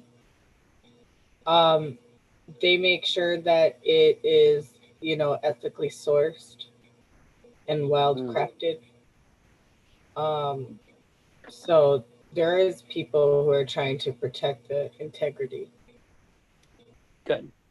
Mm-hmm. So both of my items carry OSHA root that was hand picked by actually not myself this time, but very, very, very close friend of mine. And she did a trade of OSHA root for Elder Valley syrup, and thus allowing me to be able to provide this for everyone. She actually gave me quite a lot of OSHA root. Right. I actually probably have enough OSHA root to get me through till fall harvest. Right, again. Yeah. That's Which awesome. is super freaking exciting. Now I use jalapenos. The reason for this is because, and this is part of herb chat, but this is kind of one of these herbs. We don't necessarily always think of jalapeno as an herb. We also do not think of jalapeno on a homeopathic or a naturopathic or a well-being. We also don't think of all of the health benefits that it brings to us. So we're going to discuss this because we have a couple myths with jalapenos too that I want to disperse, because you hear a lot of people, right? And you know it because you hear it, and you may even use it yourself, Scarlett. I think I have even heard you say it a time or two, and I don't think I've really ever corrected you about it. But people be like, oh, I don't eat spicy stuff because I have an ulcer, or oh, I don't eat spicy stuff because it makes my stomach upset, or oh, I don't eat spicy stuff because I get heartburn. Right. Okay, we're gonna talk about this a little bit. Jalapenos are full of vitamins, minerals, fiber, antioxidants, vitamin C, vitamin B6, vitamin A, vitamin K, folate, magnesium, and fiber.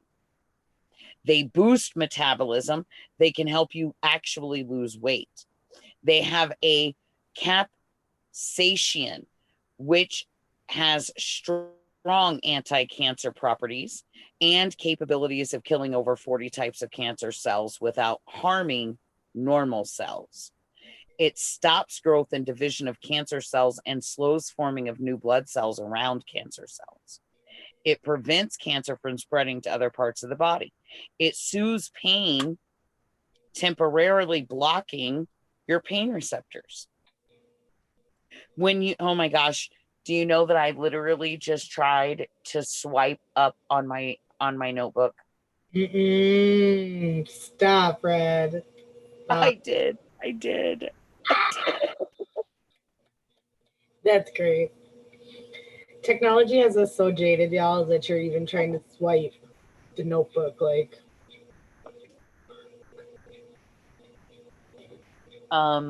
it was gonna move up with the touch of my finger. Right. That's not how it works. Like the old ladies in that commercial. It's not how this works.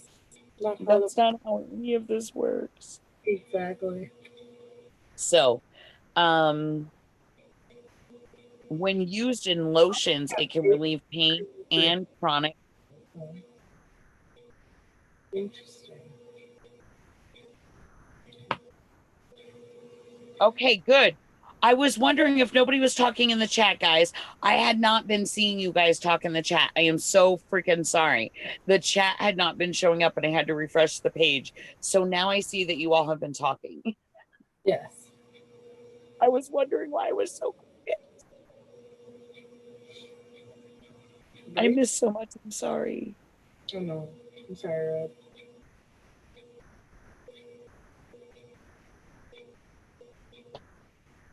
Yes, it is going to be very needed this year, BJ, Bonnie. Yeah. It is going to be needed. I mean, there's. Yes, for shingles too. Yes, Bonnie, yes. So, when used in lotions, it can relieve pain and chronic muscle and joint pain as a nasal spray. Now, this sounds crazy. Okay, I understand that. But as a nasal spray, it can relieve migraine pain. Oh, Jalapenos I can help stomach ulcers. Okay. Low blood flow to the stomach. It can help increase low blood flow to the stomach. By reducing stomach inflammation in people with H. pylori, by killing it off, and it can reduce the stomach damage by overuse of NSAID pain relievers and alcohol, and potentially able to stop ulcers before they even begin. Research suggests that capsaicin can prevent and or cure food poisoning and other types of infections such as strep throat, bacterial tooth decay, and even chlamydia. Jalapeno has strong antimicrobial properties, and it's good for heart and can help lower cholesterol and lipid levels. And this has been proven in animals. That's interesting. Okay. So that's why I have chosen to use Jalapeno. jalapeno. Now, back on the OSHA for a moment, guys. The root, which is what we use for the syrups and the fire ciders, anything like that. So the root is not harvested until fall. But in fall, I am personally going this year to harvest myself. Anyone wanting any of that, please, between now and then let me know. Let me know how much you're looking to get. And again, by donation or trade, and we can work it out. Pre-orders are important. Yeah, that's true. It gives you an idea of what you need to get. Right. And it gives me an idea of how many people are actually interested. And,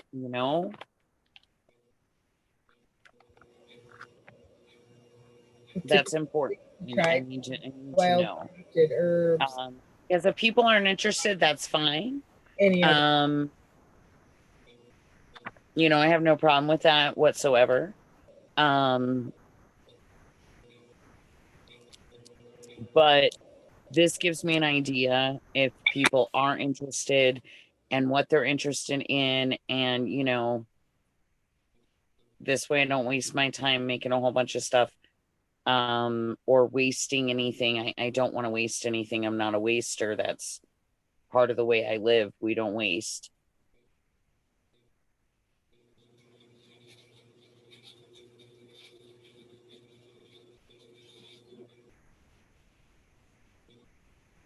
What is going on with my stuff?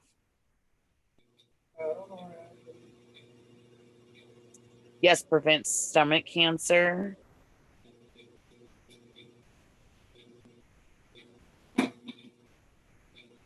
Okay, listen, Bonnie, the syrup and the cider is going to be sent in whatever amber bottles I have available. If I can always use donations of dropper bottles. Yes, I do send them. Most of my amber bottles that I do have available are in dropper bottles. Some have droppers, some don't. Unfortunately, I cannot afford to just go buy a whole bunch of stuff because I don't charge for what I'm doing. This is just me trying to get this out there to help people. I'm in this to help people. I'm not in this for the money. And I'm not a rich person. I wish that I was. If I was, I would heal the world. Believe it. I would have this in everyone's home. if I could absolutely 100% do this up to standard and everything, I would. But this is just like going to see your local folk healer, medicine woman, um, whatever you want to call us. And so what I have available is what I will send. I do, however, have a scale. So the vinegar or cider is extremely hot and extremely powerful. I'm going to be sending those out in 1 ounce amount. And the syrup is going out in 6 ounce amounts. Yes, if you want to donate bottles, my love, absolutely.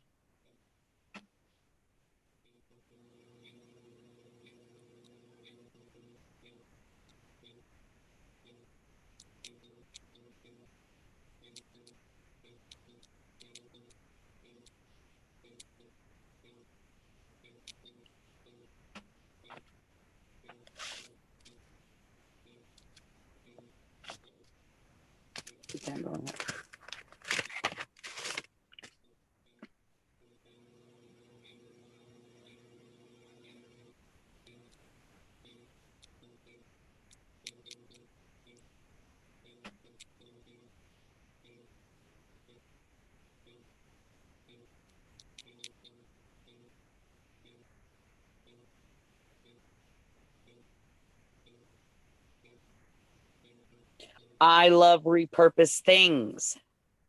I gave you the P.O. box that we accept donations at. You can just address it to Red. You don't even have to put a last name, and you can just use the P.O. box there. Small town, everyone knows me. Trust it. You could actually even not send it to the P.O. box and send it directly to the post office in my town and just mark it Red, and I will still get it. That's true.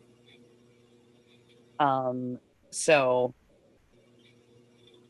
yes, if you want to donate bottles, my love, I will absolutely love you, and I will gladly send you syrup and cider.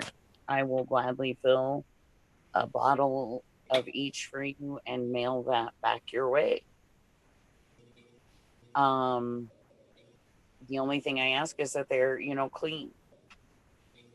Um, but yes, I will. They will be measured properly and sent out that way. Um,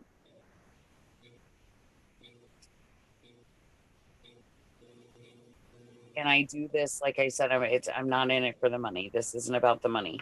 That is one of the ways that we told you to be leery and learn folk from fake. If they're all about that money, they're doing something wrong. They need to be all about you, your wellness, and overall on every level. When I make this, it's not just that I make it. It was made because I do have all my certifications and I do incorporate all these things when I do these things. So this is Reiki infused with universal life force energy. It is Kundalini Reiki infused with the earth energy. It is sealed with the symbols for protection from all different Reiki symbols for protection.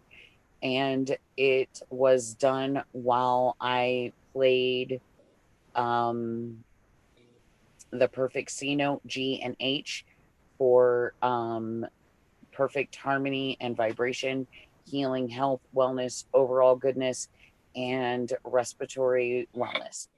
And as well as prayer was put into it. And the Lord guided my hand in what was to be included. I believe that always. And without Him, I know nothing. He's given me all of this knowledge and He has provided all of these things for me to be able to create these things for you all. And all I'm asking is that you help me keep giving his goodness back out to his people in his mixed ways that will help you all beneficially.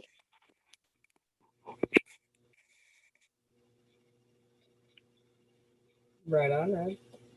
Listen, Bonnie, I'm off grid, honey. I am completely off grid. So we do not have running water. We have created our own Gravity fed system. thank you. Yes. Oh goodness. I should probably smoke. I don't think I have enough THC in my bloodstream. I can't think. Yes, we have created our own gravity fed system. We haven't actually gotten to use it the way that we want to use it yet. That comes this spring. So we're super stoked about trying it. That would be great. And we love donations of all kinds. Even if you want to donate to Queen Tara or the herd or, you know, anything for the homestead, we love all donations. So you can feel free to send anything you wish to donate that way.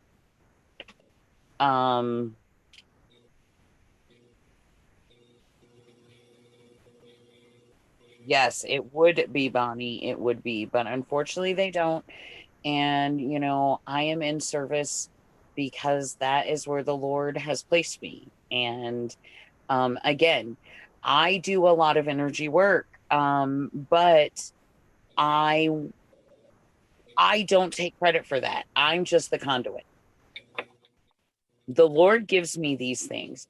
He's led me to these paths. I know that a lot don't believe that some of these things are of a godly nature. And I argue that because Jesus did every one of these things, and he said that we can be and are to be just like him. He was our brother. We were supposed to learn what God wanted us to be through his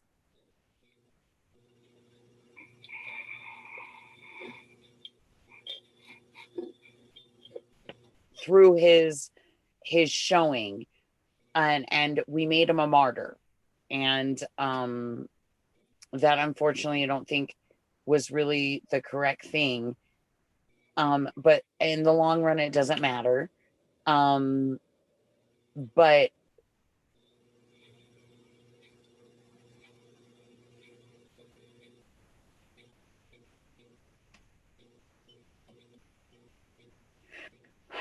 Bonnie, I do homestead, and I wish I had lived in a house that was built in 1885, but my house is going to be built in 2020. Better be.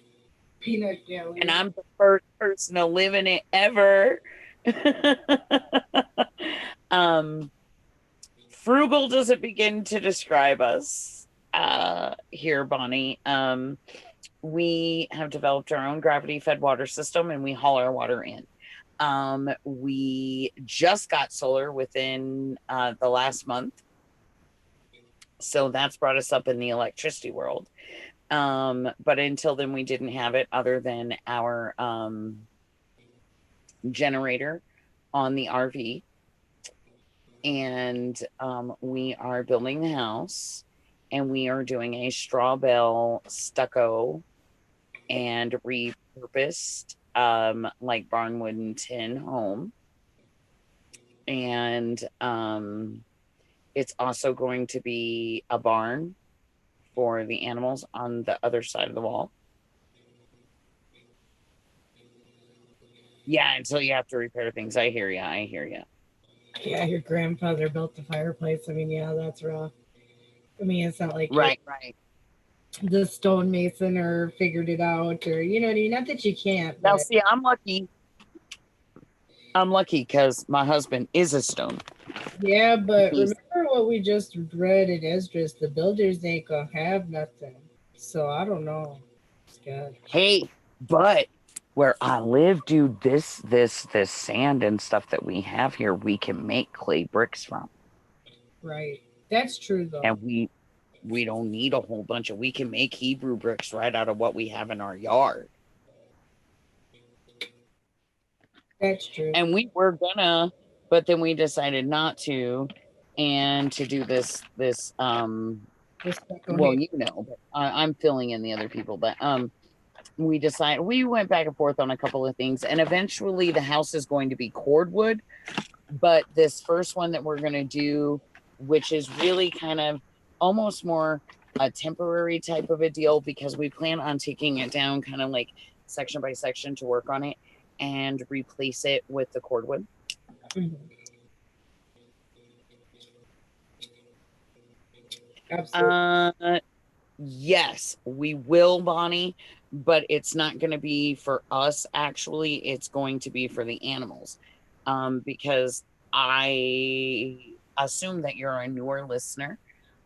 So I have a goat dairy herd. Some are papered, registered, and amazing, and some aren't registered or papered, but still freaking amazing. And I have 30 goats right now in my herd, and I have about 12 that are, no, wait, am I over exaggerating, Alicia? Am I over exaggerating, Scarlett? Let's see. Well, 12, yeah, I'd say about 12 would be like you were about to say, like breeding girls. No, I have 12 pregnant girls. I know that for sure. Right. But I think I have 30 goats. Maybe. Close to at least 25. Yeah. I have so many goats that it's hard to keep the numbers of them. True. Let's just be for real right now. We're beyond numbers. People I didn't do this on purpose, Bonnie.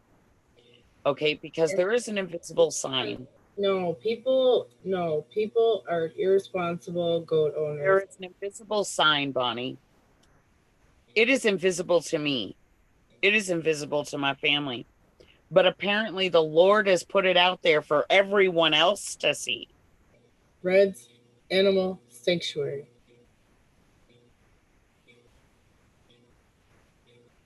Yes, Red does. Pam, I do make soap, cheese, and paint from my goat's milk, Pam. I do. Yes, I am working with about 500 gallons of Animal Sanctuary. Yes, Red's Animal Sanctuary. It does say that.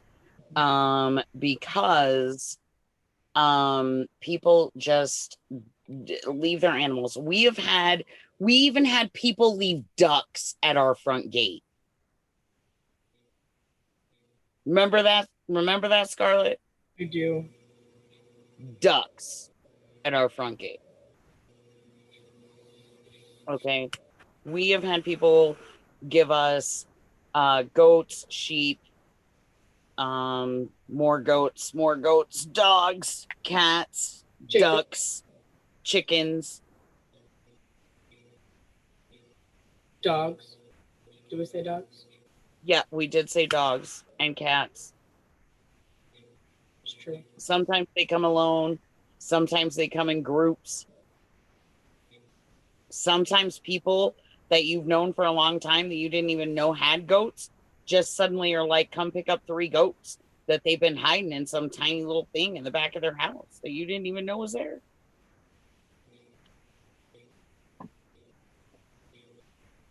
Very true. Hence the Viking. But so we've ended up with a lot more than we started. We originated with just 2. We got 2 bottle babies 3 years ago. They were Butchie and Tara. Tara is now queen of the herd. Queen Tara, she has her own Facebook page. You can look her up, Queen Tara. And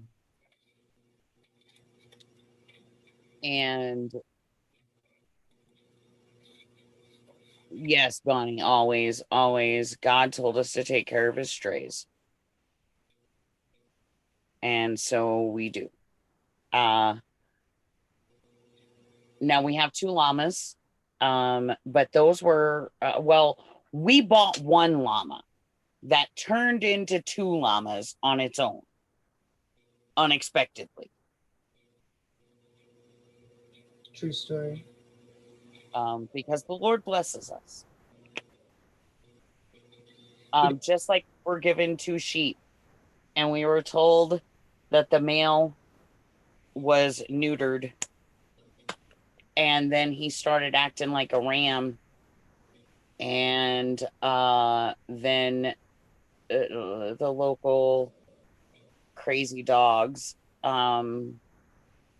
killed him. We caught them in the act of doing it, and it was late. Killed him. So we finished it off, and we butchered him out, and we ate really good for a month on some great lamb. But when we butchered him out, we found out that he in fact did have 1 testicle, and therefore our ewe out here is pregnant. Yes, she was a pregnant llama. Smitten Kitten is her name, and she's gorgeous. We love her. She's been a true blessing to our farm. And she came to us, and one day I looked out my window, and my llama was walking. Well, my llama was actually laying down, and there were like 2 extra feet and a head sticking out of her. And I remember I looked out my window and I said, husband, there's feet coming out of my llama. And he kind of treated me like the farmer on Barnyard, and was like, yeah, woman, I hope there's feet coming out of your llama. And I'm like, no, like, you don't get it, like extra feet coming out of my llama. And I went out there, and she got up and she started walking around, and there was 2 feet and a head sticking out of her, and it was moving. The feet were moving, the head was moving, it was making noise. I'm not used to this. Goats don't deliver like this. Goats deliver laying down.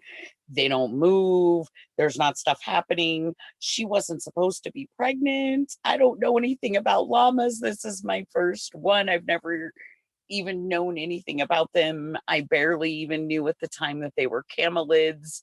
So I was freaking out. I call the breeder. I'm like, what is happening? I mean, I get that she's having a baby, but help. And she's like, oh no, that's normal. They walk around. It can take a few minutes and the baby will drop to the ground. All will be well. I'm thinking, drop to the ground. That's a far freaking drop. How far is she going to drop? That's far. She tall as hell. But all right, you the breeder, you know your shit. I'm not going to question you. Yeah. No, I didn't even think she looked that chubby, because I don't really know. It's my first llama. How do I know what a fat llama looks like? And she's so thick, woolly. And I didn't shave her because we were coming on to winter when I got her. So I won't do that until spring now. We'll work on getting her shaved down so that I can save her wool starting the next season. But yeah, no, I didn't. Nope. I had no clue that she was even chubby. So the breeder was like, just let her do her thing. And the only thing, if she lays down is when you have to worry. And I was like, now wait, she was laying down when this all started. She's like, yeah, but she's up again. It's fine. If she lays down again, she may need help. And I'm like, okay. And I hang up the phone with her, and I'm just going to leave Kitten to do her thing. And she lays down. And I'm like, oh, fucking course you did. So I go walking out there, and I pulled Elijah out into the world, and Kitten, for the first time really ever in our entire short relationship, gave me kisses and nuzzled me, and then went to cleaning her baby. And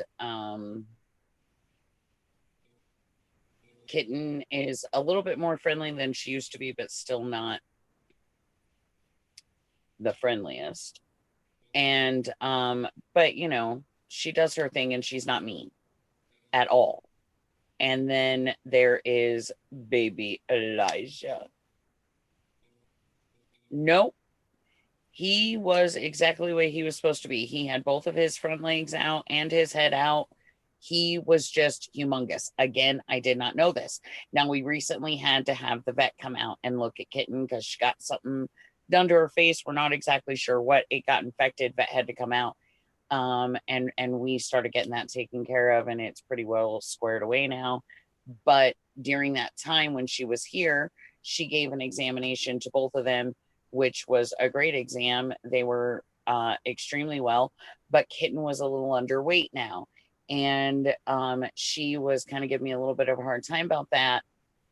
And saying that I needed to take Elijah off of Mom, that he needed to be weaned. And I'm like, now wait, I thought that they were supposed to nurse for a year. And she said, yes, they are. But if they have decent size at 8 months and on, we can wean them. So by his size and all, I'm sure he's about 9 to 10 months. We need to get him off Mom so Mom can get that weight back up. And I was like, but wait, he is 4 months old. And her jaw dropped to the ground. And she said, are you sure the breeder got the date right? And I said, ma'am, I pulled him out of her. I'm positive how old he is. And she said, oh my gosh, he's huge. So apparently she just needed help because he was huge. And this was her first baby. Llamas also carry for an entire year almost. It's 11 full months. Just about.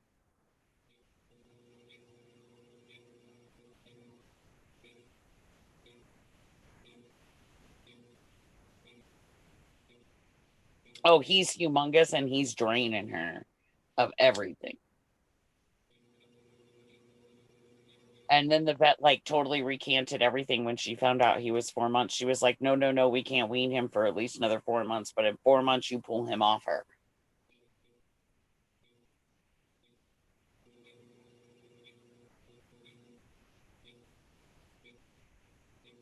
Oh, she eats good. Even with the infection that she had going, her appetite wasn't failing. It was more, he's just really taken a lot out of her.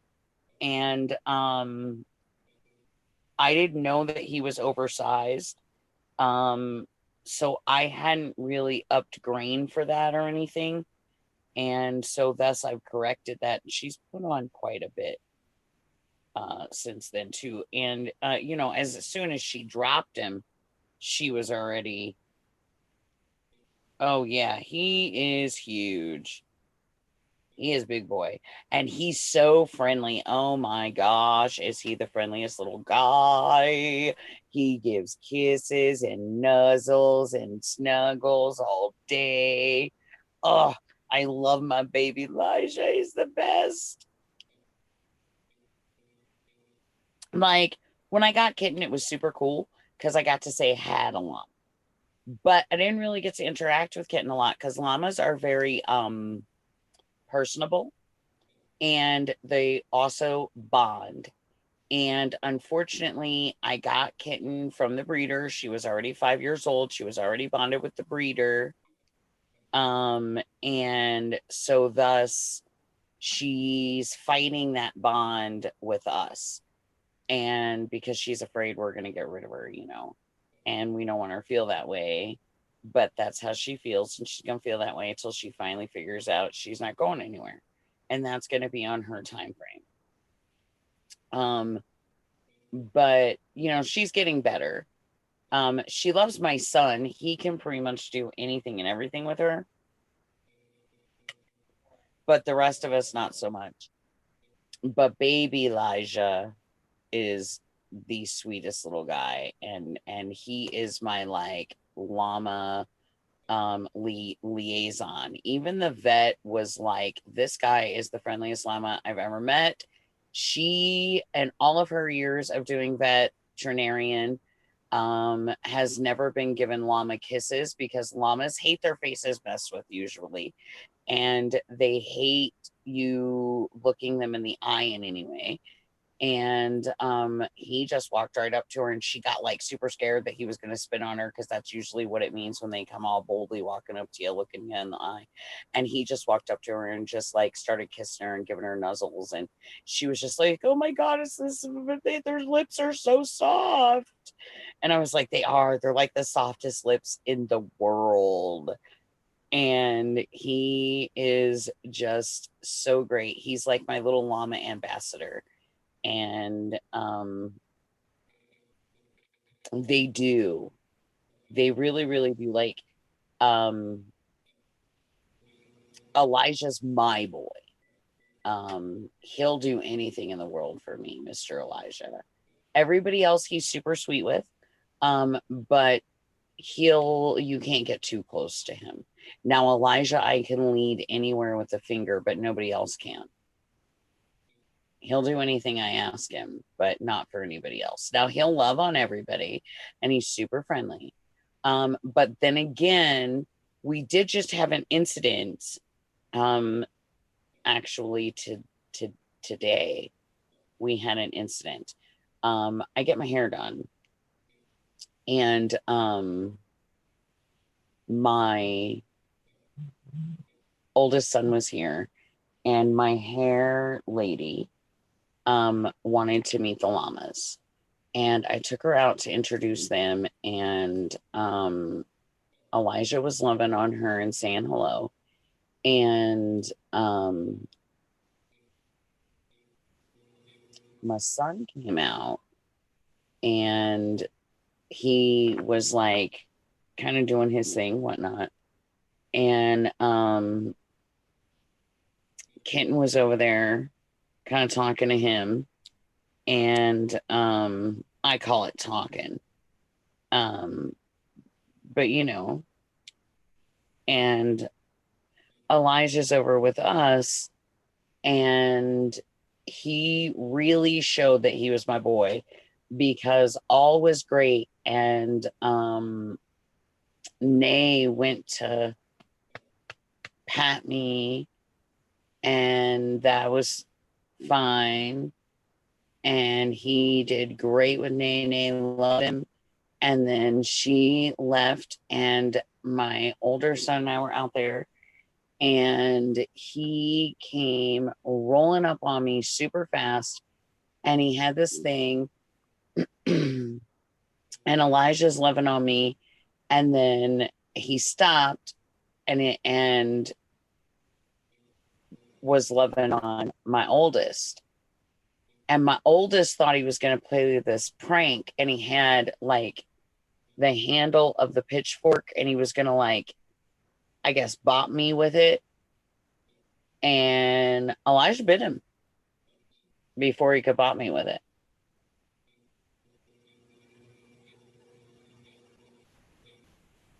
It started like regurgitating, like he was about to spit on him. Like, don't mess with mom.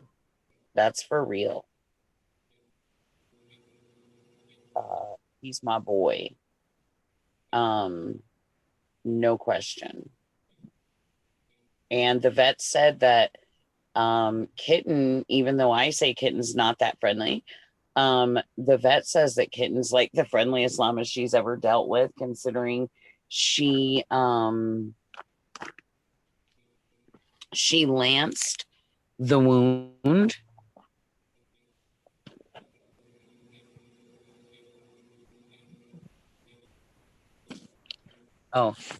Considering she lanced the wound with absolutely no anesthetic, or painkiller yet, and she didn't even offer to spit on the vet. The worst thing that she offered to do, her moment of rebellion, she laid down. And that just made the vet's job a little bit easier. Right. And the vet was like, yeah, no, any other llama that I would be dealing with, I would have already been spit on at least once by now. And she went through the whole process, even getting her face squeezed on, everything, getting the shots, everything, dealt with it. Total champ, never even made a bad noise. And then even cooed at the doctor when everything was finished. And cooing is a love sound that a llama makes. It's a very weird noise. I can't describe it. I just say cooing.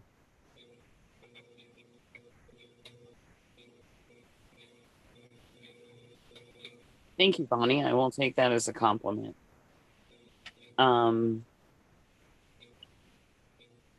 You know, Elijah, we've been able to have hands on since the day he was born, which, hey, he's my boy. And I was technically the first thing he ever really looked eye to eye to, because, you know, I pulled him out. And that was the longest baby ever. It was like delivering a giraffe. It was crazy. It was so long. You can ask Scarlett. She saw all the pictures. She was like, holy crap. It was. That's a true story. It was just awkward. He was all legs. There was nothing but legs to the guy. Legs and neck, man. Legs and neck for days. It was incredible. It was an incredible experience. I just wasn't expecting to have it. So the Lord bless us with a second llama, and now we have a male.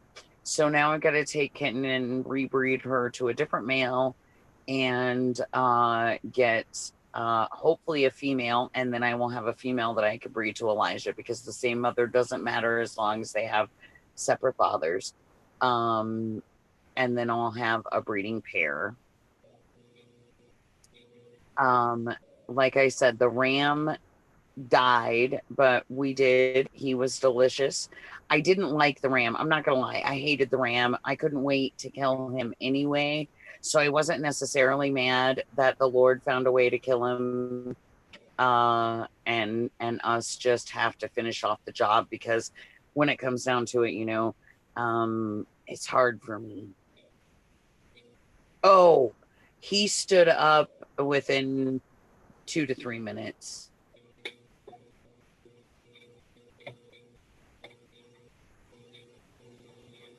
It doesn't take long, but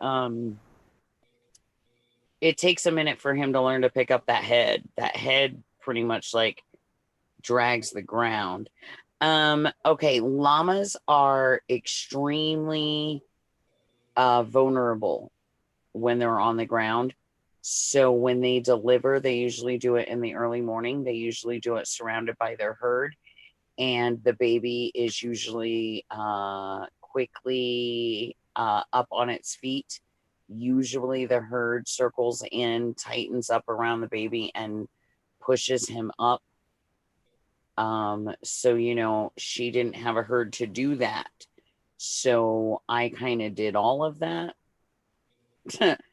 and picked him up, put him on his feet with Mom's help. She was on the other side, pushing him up, and I was on the other side pushing him up, and we did it together. And then, so he was up within 2-3 minutes, and he was nursing within 5.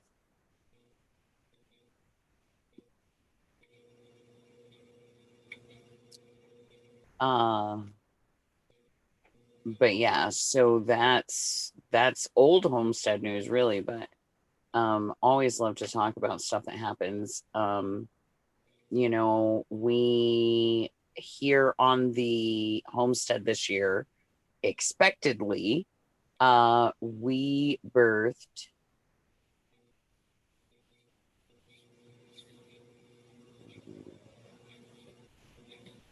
We birthed. I'm counting. Oh, okay. I was gonna say, See, now you messed me up. sorry. Okay. We had Odin, Correct. Alice, Hera, Right. Sandy, uh, the one that went to Felix. Right.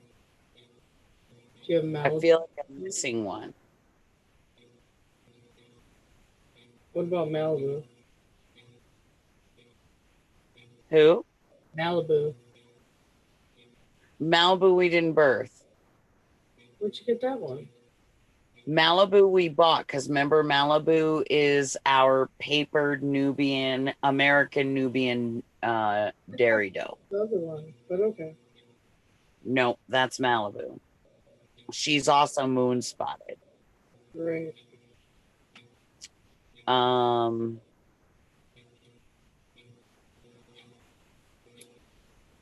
I feel like I'm missing somebody, but that's the list of who we birthed here. And then Blanca. I was missing somebody, Blanca. There you go. So okay, there we go. That's 6. So yeah, we did birth. We birthed 6 here, and Odin is the very first buck that we delivered ever. And he is from Butchie and Queen Tara. So he is Butchie and Queen Tara's son. And we have kept him and we did breed him this year. And then we bought the Blue Roan Anglo Nubian paper dairy buck, Asher, and we bred him this year. And then we bred Butchie again this year. Different does, different bucks. We had a great setup. We had 3 different systems all set up. And then we finished it off by putting everybody into the doe pen again. And we left Asher in with the does for an additional month, just in case anybody wasn't already knocked up. And we did that on purpose because Asher is the one buck that we will be able to differentiate from Butchie and Odin definitively if it is his baby, because most of our does are all alpines, and thus yeah, thus they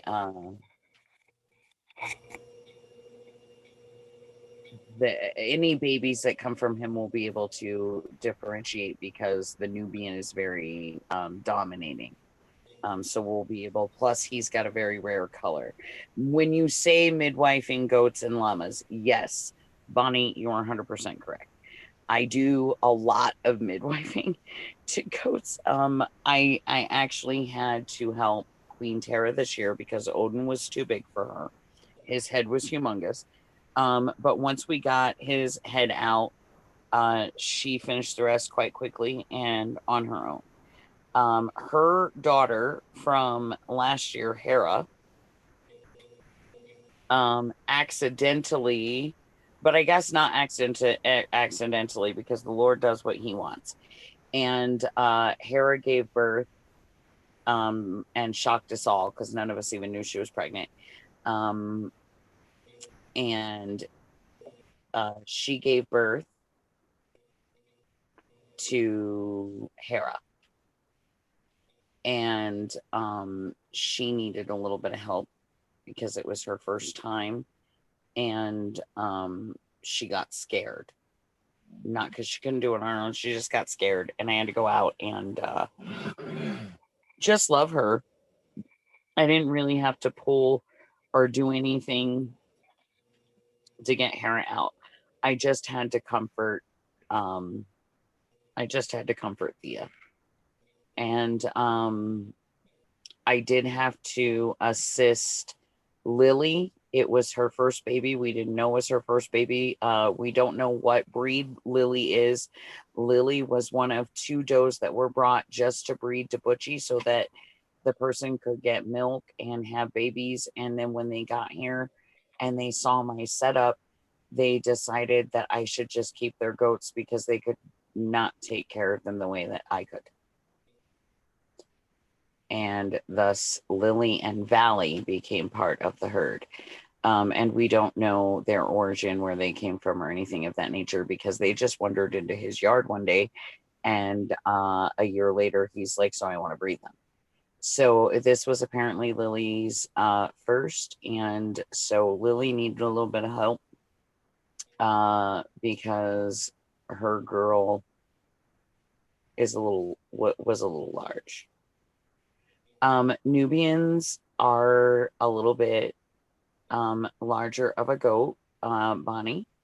But Butchie is not a Nubian. Butchie is 75% Alpine and 25% Boer. And there is also a difference, Bonnie, between the Anglo-Nubian and the American Nubian. The American Nubian has the slender, longer necks. The Anglo-Nubians, which are the original breed, have the thicker, more cow-like bull neck. And they do have the long ears. And they're big talkers, and they're noisy. In all the good ways, though. They're also clowns and love to dance and play and be the class clown, whether it's in the herd or with their persons. They have all their own little things that they like to do. Butchie is an incredibly friendly buck. And you can find pictures of a lot of these guys on Queen Tara's page. She posts a lot of pictures. And Butchie is our main guy. Like I said, he's 75% Alpine, 25% Boer. Now, Butchie we got originally, he was supposed to be a wether, and he was supposed to be butchered out. Well, the Lord decided to deliver us Butchie fully intact.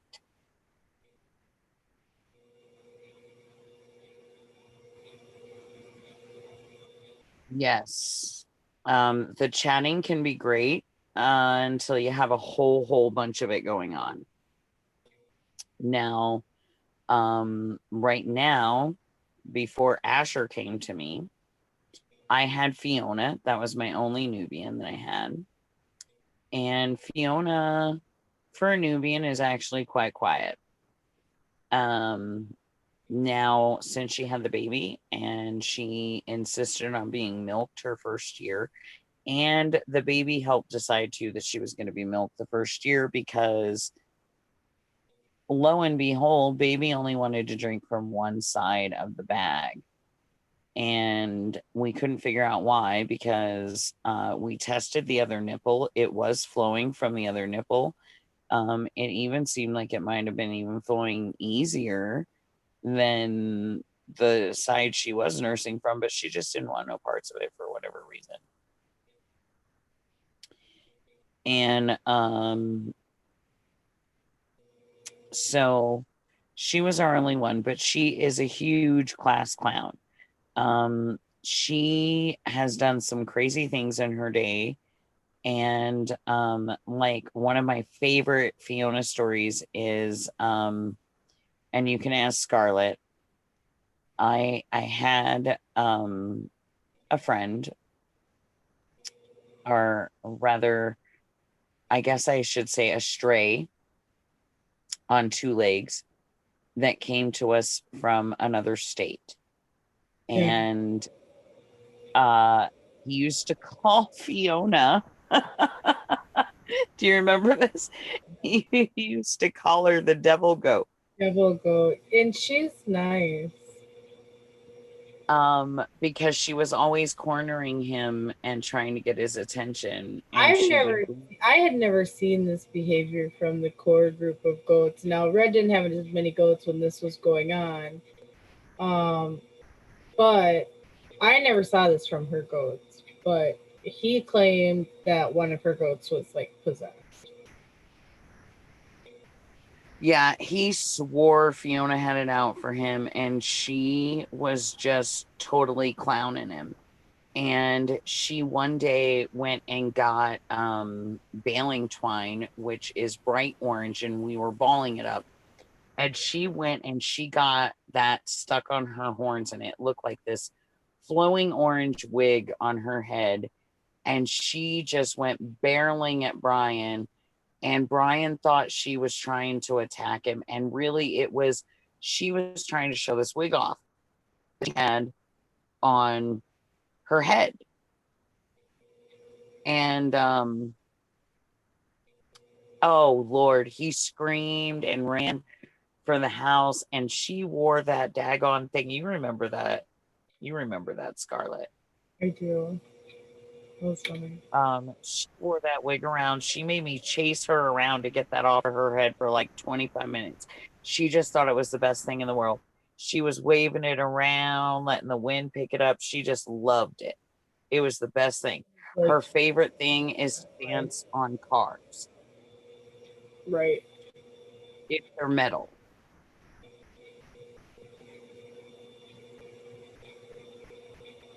Loves the sound of her hooves on cars.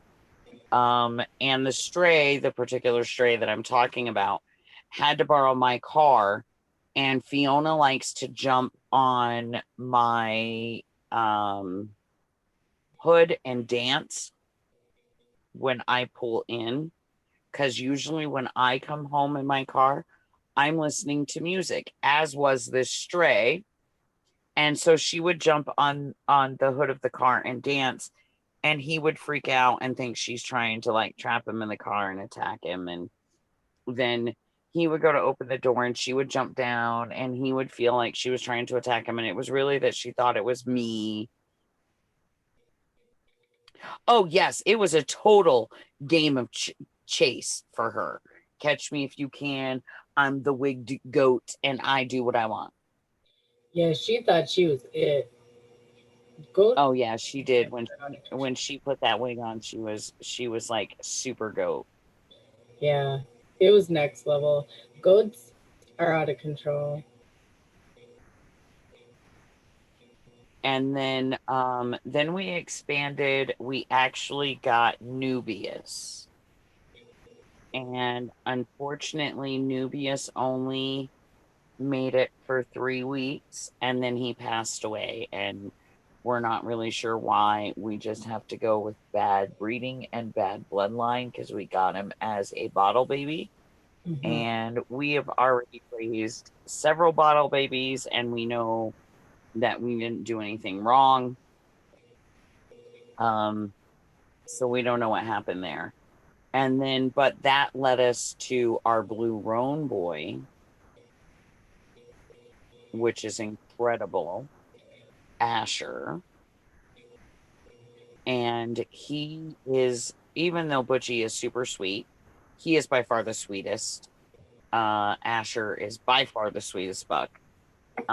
Even with the girls and the does, he's even more, I don't know, like royalty. He's got a more royalness. A regal. Yeah, a regalness to him that the other ones don't have. And he is 100% Anglo-Nubian. So he's actually going to be really, really big, and he's not that big yet. But Tara took a really, really big fancy to him, and she didn't want to go with Butchie this year. So she stayed with Asher this year, and Butchie wasn't very happy about that. But they do what they want. They pick their men, kind of.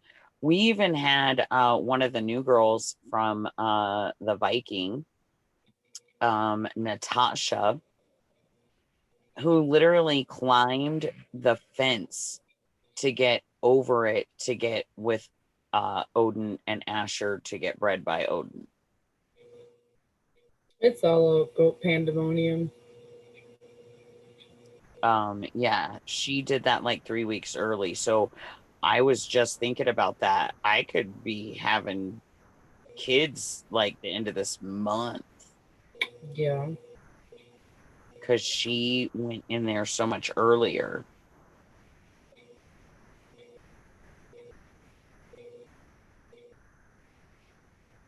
Oh, they are all my children, Bonnie, make no mistake. I love each and every one of these goats. They all have names, they all have personalities. Before all these goats were given to me, I only had Butchie and Queen Tara and Fiona, and at the nope, Mama or Shirley Goat had already passed away. So we didn't have her. And then we had Mario and Luigi. Right. And that was it. So we bought Asher to be a buck because we only had Butchie as the buck and we needed another buck. So I got him. And then I bought Malibu, and her name actually is Malibu Rum. And she is a moon spotted, papered dairy American Nubian doe, and she's 100% Nubian. So her and Asher got bred this year. And we'll see what comes from the Anglo-Nubian and American Nubian mix. And then I bought her, and I was gonna buy one more, and then the Viking gave me 3 that I didn't even know he had that were hiding in his backyard.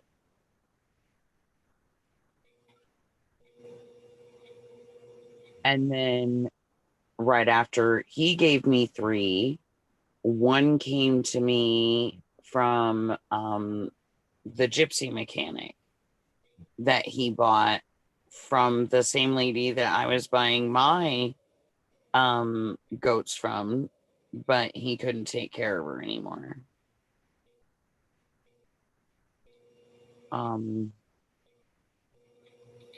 Goats are a responsibility, that's for sure.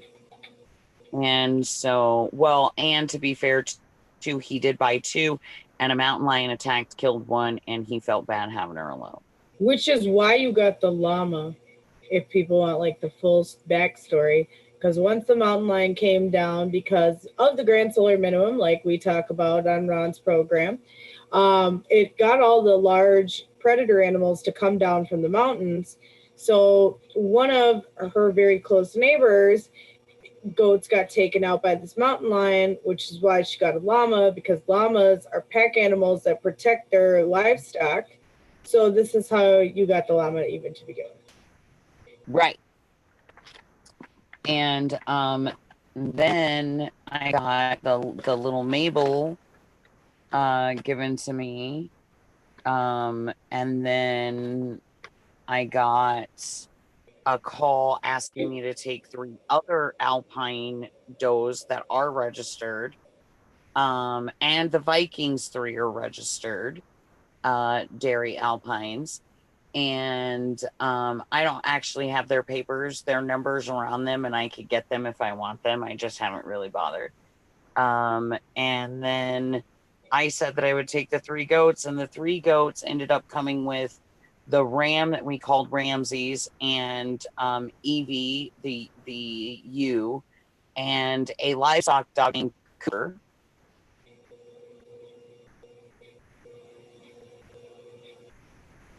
Yeah, Cooper. Coop. And that's how I ended up with all of these animals. Right. Oh, and then I have my wolf hybrids. Right.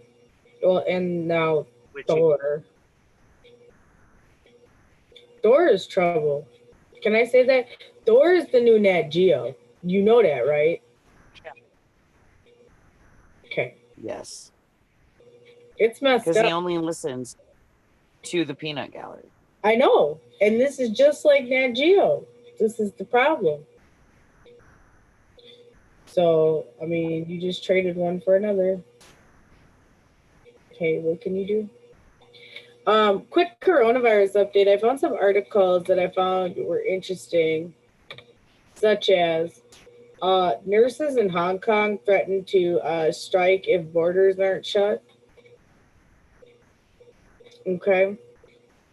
So they've said if they don't shut the borders, they are going to strike.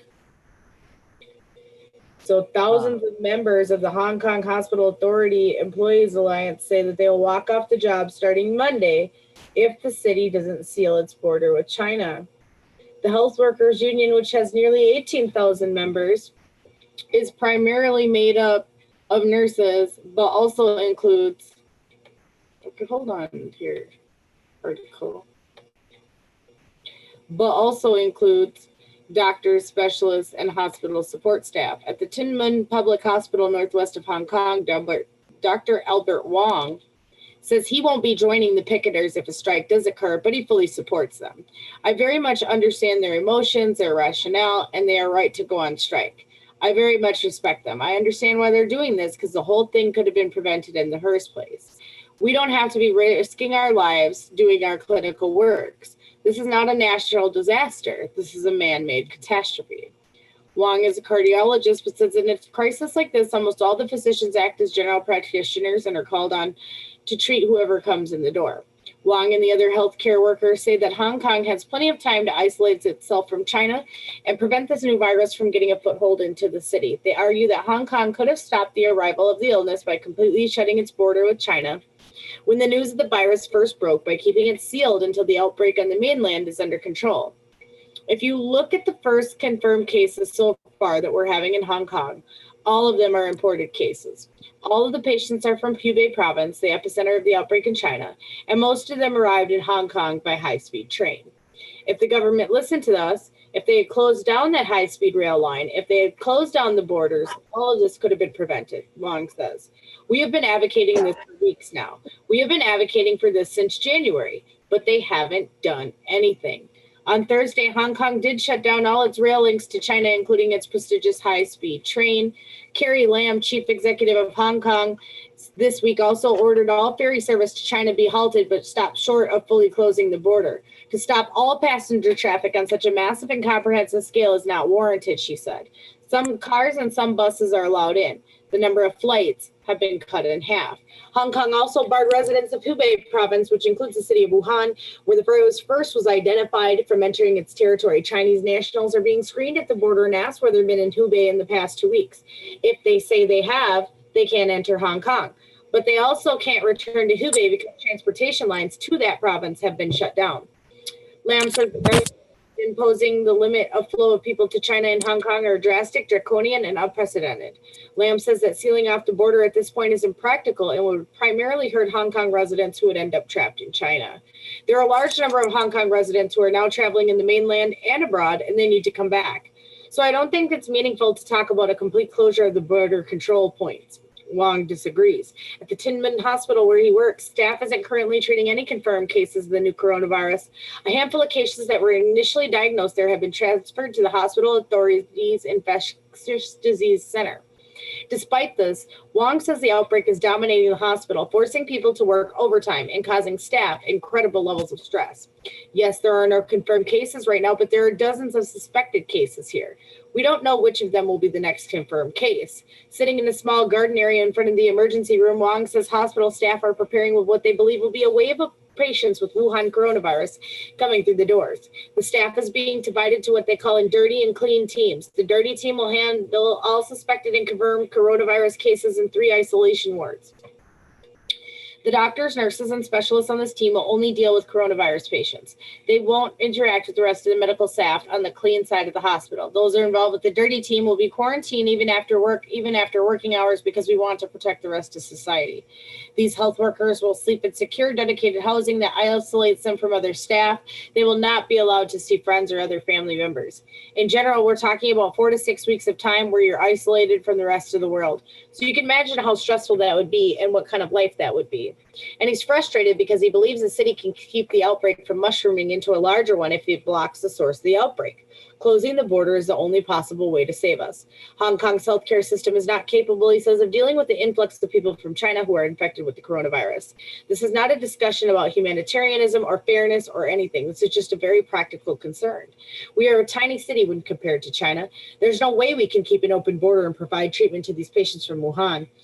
Hong Kong's population is just over 7 million people compared with the 1.4 billion in China. Wang says relying on people to self-report possible exposure to the virus is not a strong enough defense against a pathogen that could be devastating if it starts to spread widely in Hong Kong.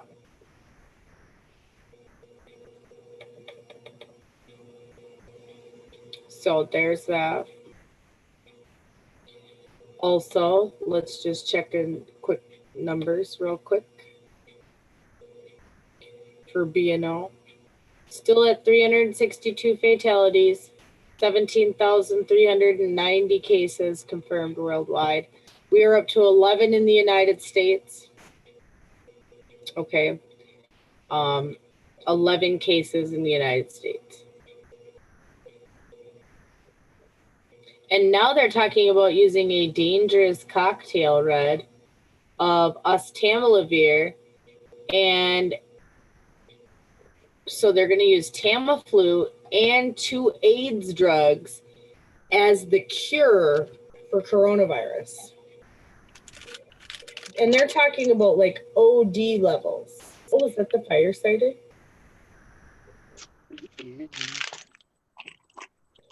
Oh, yeah.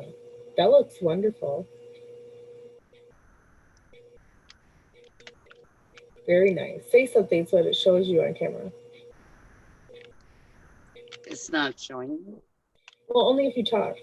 Because then if I talk, it shows me. So you got to talk to be like, hey, this is the fire cider. Oh, I had no idea that it didn't show me on camera if I wasn't talking. Yeah, I thought it all the time. Good to know. If we do it like this, it will show both of us at the same time, maybe. But I don't think it does it otherwise. I don't know. I thought it was on there all the time, so good to know. Yeah, so there is the fire cider, everybody. And there is something for it to be said that it was made on 02/02/2020. I know, it should be a very powerful day to make something like that, right? Yeah. Absolutely. I would think that there would be good energy from this type of day and that you could use it for, prosperity and things. But yeah, you got to, I think that when it's on this view, you can at least see it, because that's kind of how when I did the Patriot Pantry thing, again, we are now sponsored and our affiliates with Patriot Pantry, which I already trusted them. This came out of my personal collection. So this is something, and you know what? I was looking at the back, and it actually has some vitamin A, has 160% of your daily vitamin C, has calcium in it, this orange energy drink mix, and has vitamin D. Here is the I found that interesting. I'm gonna try. I wish we had smell-o-vision. We'd all probably go, but it'd be good. I would let everybody smell the rosemary too, though, because this is great for like a little boost of energy. If anybody caught me sniffing this, a little bit for mental. Oh yeah, look how deep, dark color. And I know it's an amber jar, but you can still tell the contents are dark. Yeah, and it's super full. And it's like, how'd you lose the lid? You just had it. Oh no, I can't. Crap. Hold on a sec. Again.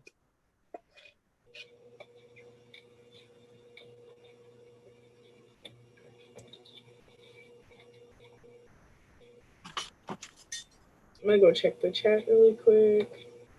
I have another article too. My next article was, Washington Times did come out with an article that I found interesting that was talking about Wuhan has two labs that are, related. Now, what bothers me this week, though, is how much censorship is going on. And we all need to be aware that there is extreme censorship now happening due to this new novel coronavirus. Okay. Oh, is that a dose of it? This is a dose of it. Ooh, fancy. And I haven't taken one yet, so. Okay, well, let's take it on there. Tasty.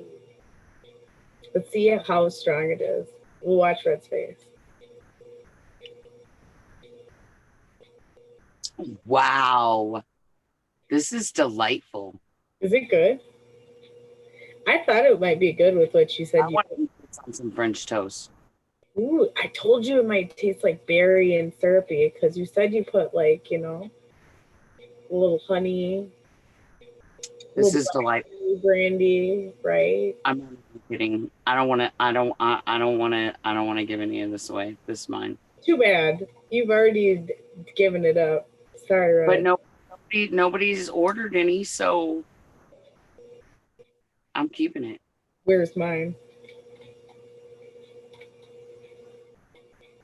Fine, I'll send you some, but that's it. I'm just asking, where's mine? I'll send out the I cider. got no soap, so I'm still waiting. Wow, that is so delightful.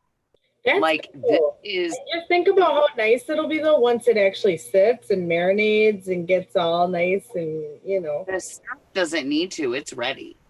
Well, I'm just saying it gets better over time regardless. Oh, it's really good. Good. Put the cinnamon in there. Oh yeah, there's cinnamon. This is elderberry, OSHA, cinnamon, honey. Right. That's wonderful. I'm glad it turned out very good. It's really, really delightful. Good job, Red. I just keep it for yourself. You don't want to share. I get it. I do. And I'm feeling like at this time, would it really be that selfish to keep it all to myself? Yes, at this time, yes, it would, actually. Why? It's the end of the world. I may need this. It's the end of the world. Okay, now, another article that I wanted to bring up before we get out of here tonight is one that will just, confirm what we've been talking about. But I'm going to share this. Early missteps and state secrecy in China probably allowed the coronavirus to spread farther and faster. Right. It was all the Lunar New Year, and Pan Chuntal was feeling festive. He knew that there were reports of virus in his city, Wuhan. But local officials urged calmness. There was no evidence that it was transmitted to person, they said. They had not reported a new case in days. On January 16th, the 76-year-old left his 2-bedroom apartment to attend a government-organized fair. We told him not to go because we saw some rumors on WeChat of doctors getting infected, said Pan's son-in-law, Zhang Squang. But he insisted on going. The government says it's not a problem. There are no cases anymore. Pan and his daughter may now be among the 14,300 plus people infected with the new strain of coronavirus, an outbreak that's killed at least 304 people in China, spread to more than 20 countries, disrupted the global economy, and left 55 million people in China's Hubei province under unprecedented lockdown. Pan was one of millions of Chinese. Yes, Red. Oh, sorry. I'm sorry. I thought you were done. Go ahead. No, Pan was one of millions of Chinese who mingled, traveled, and carried on with daily life during the critical period from mid-December to mid-January. Oh, see, so this does prove when I wanted to know, was it 40 days before or was it like now and then 40 days? You know what I mean? So now we know. It was a time when the Chinese officials were beginning to grasp the threat of a new contagious disease in Wuhan, but did little to inform the public, even with the approach of Lunar New Year holiday, of which hundreds of millions of Chinese travel. An analysis of those early weeks from official statements, leaked accounts from Chinese medical professionals, newly released scientific data, and interviews with public health officials and infectious disease experts revealed potential missteps by China's overburdened public health officials. It also underscores how a bureaucratic culture that prioritizes political stability over all else probably allowed the virus to spread farther and faster. It's much clearer, stronger public health system could save China's lives and money, said Tom Frieden, former director of the U.S. Centers for Disease Control and Prevention. Medical professionals who tried to sound an alarm were seized by police. Key state media omitted mention of the outbreak for weeks. Cadres focused on maintaining stability and praising party leader Xi Jinping as the crisis worsened. China's public health system is modernized, but China's political system hasn't, said Jude Blanchett, head of China Studies at the Center for Strategic and International Studies in Washington. If anything, there has been a regression.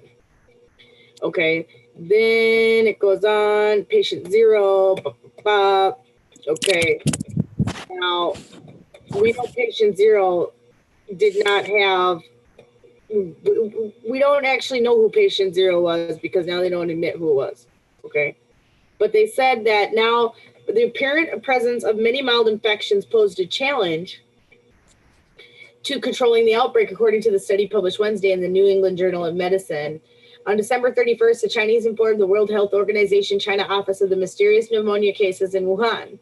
The WHO official sent Beijing a list of questions about the outbreak and offered assistance.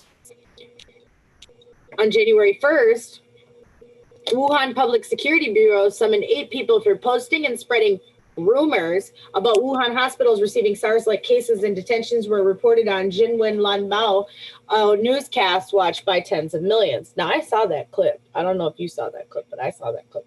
And they were like, we're going to deal with the netizens who made comments about this or that. Okay. So I think that we already know that this is true. I don't even have to continue to read this article. You can read this from the Washington Post.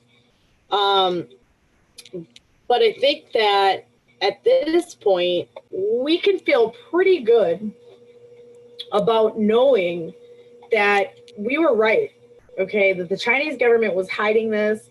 They're still hiding this because, Red, like we talked about earlier, why would they shut down the borders?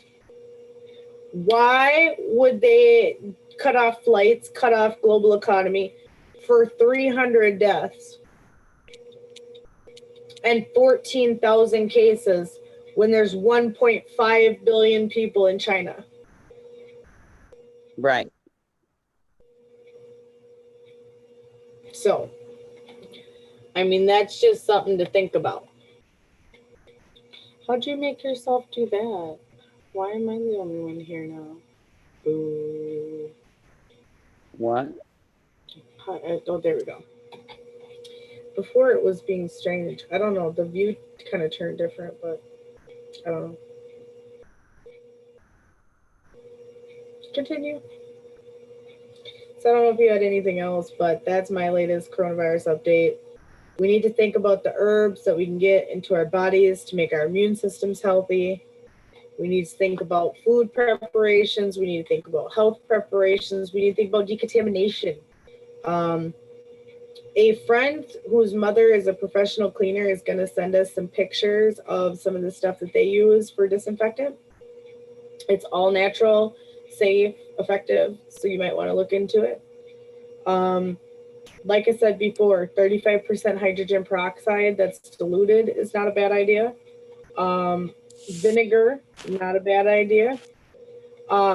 Making your own cleaning vinegars, not a bad idea right now either. You could use lemon peel, orange peel.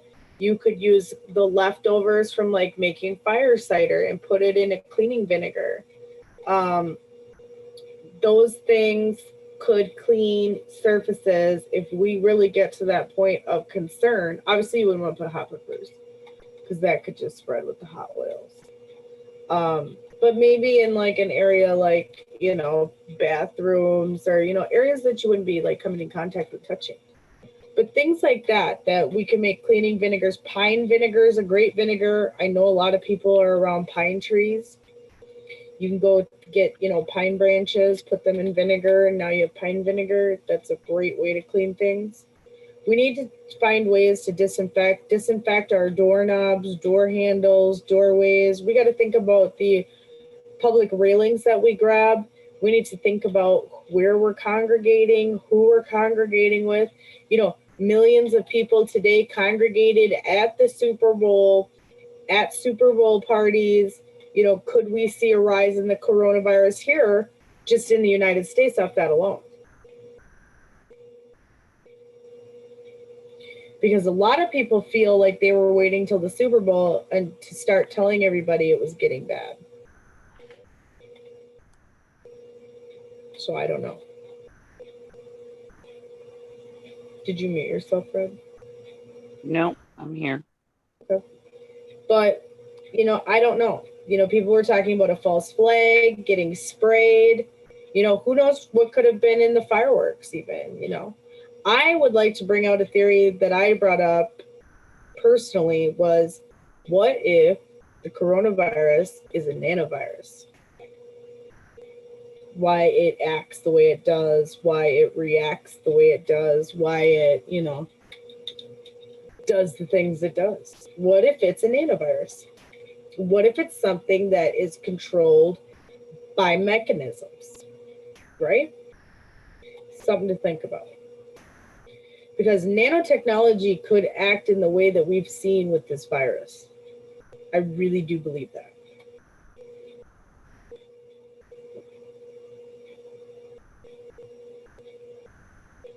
So.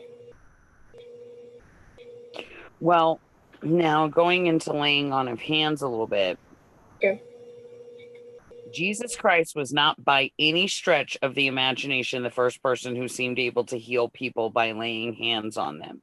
Nor is the laying on of hands a procedure now used only in down-home tent meetings, followed by plea for $5, $10, whatever your heart feels like giving. Church. Remember when I was in my Healing Touch group for my local church, and we were all doing Healing Touch and laying of hands on, you know, as healing. It's quite popular. Right. You can even, it can be self-taught. There's a great DVD called Healing Touch that shows you how to, you know, set the intention, how to use your hands, where to put them, how to assess your person. There's great ways to learn how to do that. Continue. So laying on of hands is a prehistorical, archetypical folk healing technique, one that was first written about by the Egyptians 1,500 years before the birth of Christ. Laying on of hands is now flourishing in and out of the Christian religion and other religions. In the 1950s and 60s, laying on of hands was almost uniformly debunked as spiritual hucksterism of charlatans. It was a practice antithetical to the technological scientific aura of the era, one so essentially divorced from the tenets of biological cause and effect that its use by sincere healers and practitioners was infrequent, and its mention among serious health scientists even less frequent. In more recent years, a renaissance of laying on of hands has begun to take place and is founded on a variety of circumstances. Now, also remember that a lot of this information is coming from 1982, so we've come even further. Okay, yes, like Reiki. Reiki is the universal life energy, which comes from the matrix of all energy, which comes from the direct creator himself. As recently as 1950s and 1960s, laying on of hands. I'm sorry, I'm repeating myself. So, a crucial factor in the technique in the techniques recent rise has been publicizing of various careful scientific tests and experiments that have actually shown some people are indeed able to exude a strange sort of energy, and that living matter, including the bodies of humans, has responded very favorably to contact with this energy.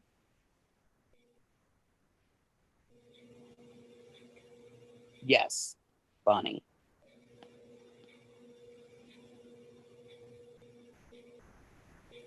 Now, the advent of the technique of Kirlian photography, which seemed to reveal a halo-like glow surrounding living things, further advanced the concept that live organisms are endowed with an indefinable energy, one yet to be cataloged by scientists.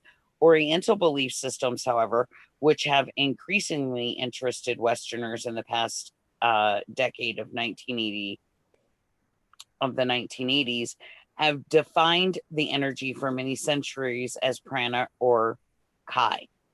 Accompanying the recent interest of Americans in the Oriental perspective has been an increased interest in various forms of massage and bodywork, a type of structural manipulation associated with the release of suppressed emotions.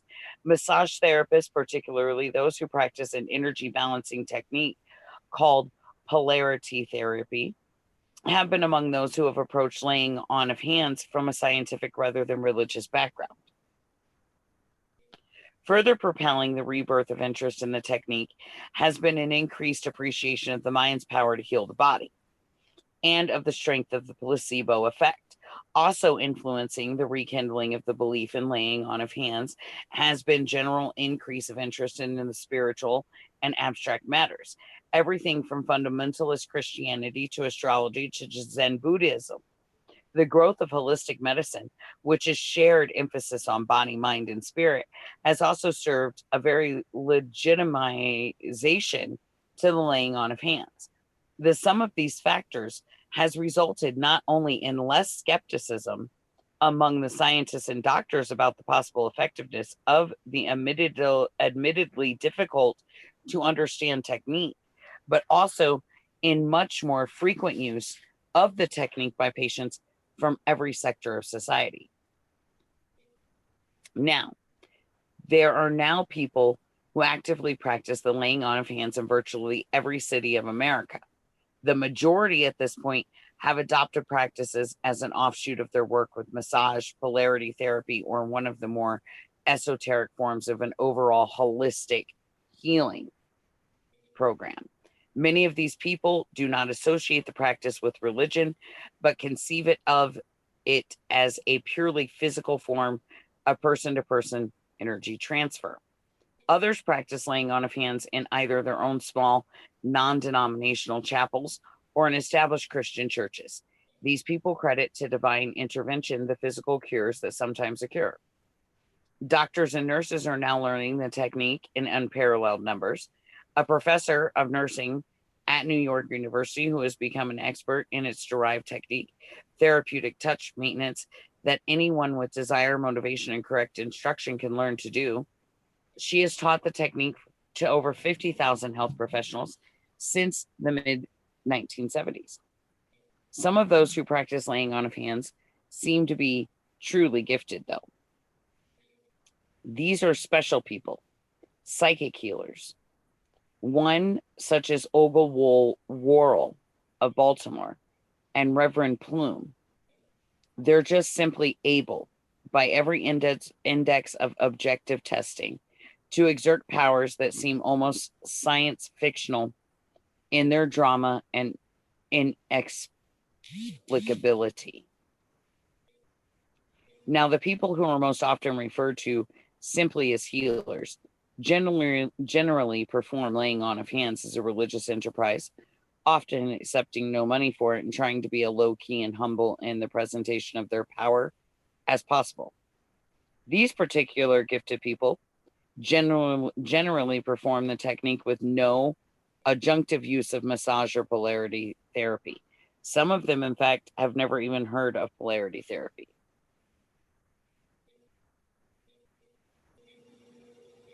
This is true, Bonnie. That's how it should kind of feel. The majority of those who practice laying on of hands, though, are massage therapists, nurses, local ministers, and holistic health practitioners who cannot read minds or move objects without touching them. These people, however, no less committed than the gifted person to the concept that touch can heal. These ministers and health practitioners rarely try to make distinct differentiations among the therapeutic benefits of relaxed nerves and muscles, intervention by God, the placebo effect, or just the good feeling caused by being touched. No one can prove why laying on of hands has precipitated cures so quickly and so completely that these recoveries can be called nothing but miraculous. All that currently can be proven is that the cures have occurred and that they continue to occur. How does this sort of healing, laying on of hands, work? Asked Robert Bradley, MD of Denver, Colorado, who believes in the technique. What are the mechanisms? I and a lot of other doctors want to know the answers, but he does not know the answers. Despite the fact that laying on of hands is basically a mysterious procedure, the World Health Organization recently asked psychic healers to join in their organization's efforts after decades of having shunned them. According to Dr. Timothy W. Harding, one of the former directors of the organization, this invitation represented nothing less than a belated coming to terms with reality. Avon is calling, but Billy Pryor, 52-year-old Palo Alto, California woman, unable to rise to meet her. By February 1973, she had cysts in both of her hips for over 10 years. She could walk only with crutches or canes. Sometimes she could not walk at all. The disease was growing progressively worse.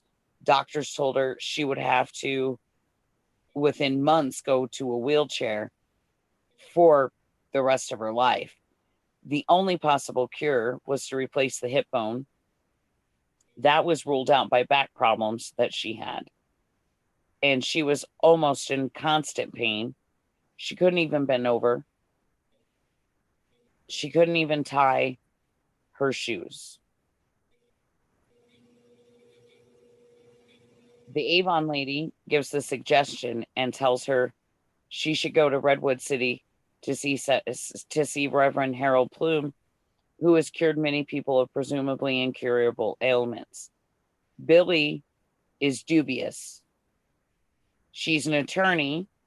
In her mind, she's schooled to reject this illogical nonsense. She also, however, is a desperate woman, so she goes. After the treatment, Plume gives her back her canes. Does this mean it didn't work? You can't help me? Sometimes it doesn't work right away. You have to be patient. That night, Billy's cat cries. Without thinking, she bends down to pick the cat up. Then the realization that this is the first time in years that she has bent over jolts her. Second treatment, her canes are once again returned. 3 days later, during her treatment, Billy has a very distinct feeling that Reverend Plume is penetrating into her hip socket with his fingers. She can feel it happening in her leg. He then says, "You won't be needing these anymore." She's never needed them again. Harold Plume, while he was alive, was a very busy man. As a child in England, he found that he could heal people by touching them and that he was able to see and hear events that had not yet occurred. He grew up with the woman who became his wife, Bertha, and together they worked in healing for most of their lives. 20 years ago, they moved to America, and this was in 1982. So 20 years ago, they had moved to America, and that's where their two daughters were. They had no highfalutin show off stuff.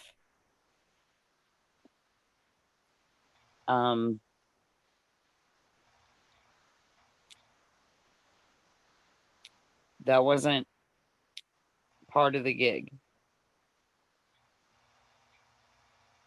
They were not fanatical, says Miss Plume, who at this time was 72 years old. And at this time also still directed at St. John's First Chapel of Healing. Two main people. There are too many people around who go too far out. They don't try to be parsonical either, though. They don't pound the Bible down everyone's throat.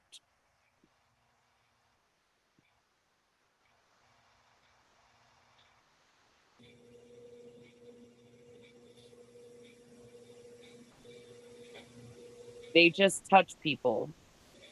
They're informal with no highfalutin show off stuff. They don't do any kind of fancy massage. There's no heat coming off the hands into the patient. Her husband would never allow sensationalism.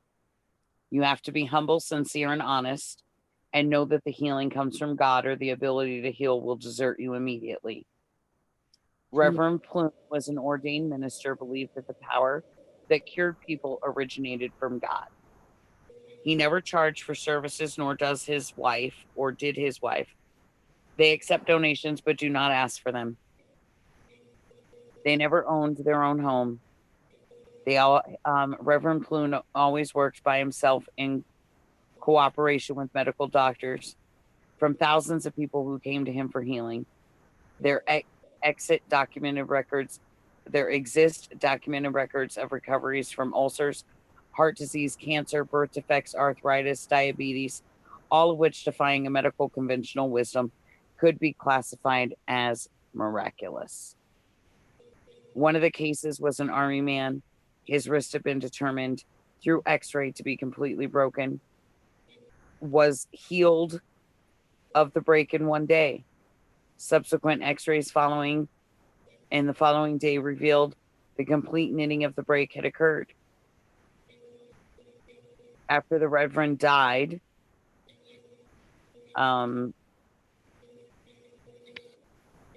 Miss Plume thought they would have to close the chapel. Her husband wasn't 1 in a million. He was 1 in 10 million. He had gifts, and she didn't know how they could go on without him. But he sent word that he'd still be working. He doesn't communicate often, and she's not one of those to say she sees or hears him all the time. She doesn't. You've got to be honest. She has to be honest. But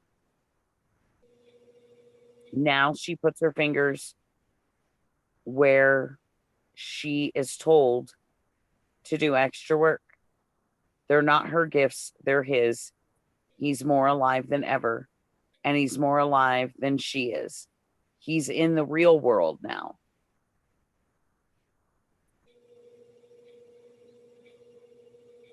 That's awesome, Bonnie. The newspaper's classified ad had said that the healer would demonstrate laying on of hands as well as polarity therapy and healing with crystals and color. The healer, however, a 30-ish overweight drill sergeant of mysticism, seemed more intent upon whipping up class into psychic shape than in actual ministering to anyone's ills. At $35 a head, one might expect there to be some grumbling in the ranks about the dearth of actual healing that's being offered, but the troops, a collection of people who would probably feel comfortable with being described as mellow folk, apparently left protesting behind them in the 1960s.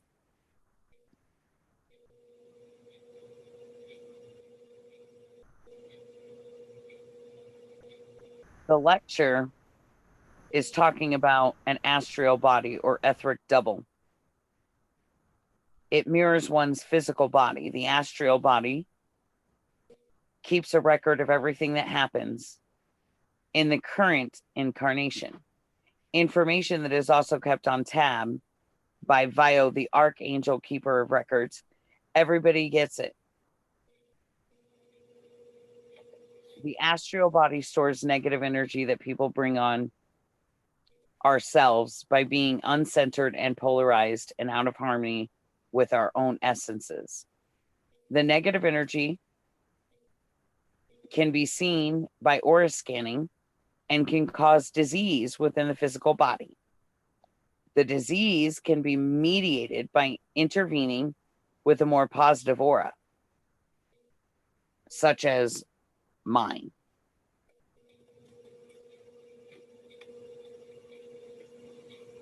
If I can get a volunteer in person, and I've done this.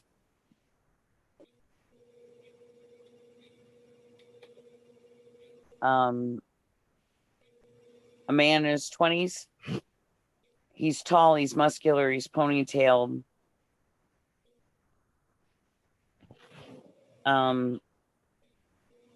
He strips to his underwear. He stands before an entire class. We point out the musculoskeletal blights upon the geography of the body, where he's chosen to limit the flow of his energy.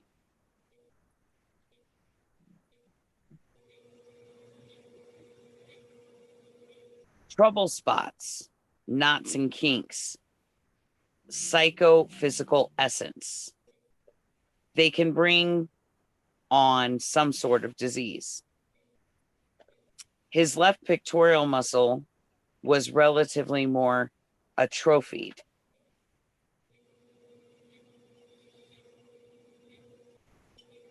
He had a pelvic tilt.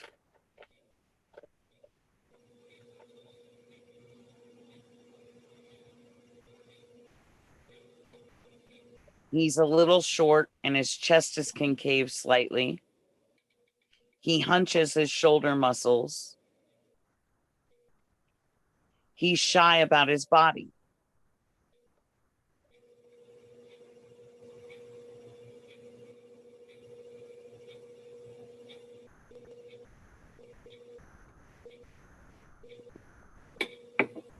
This helps people to see better, right? Like his heart.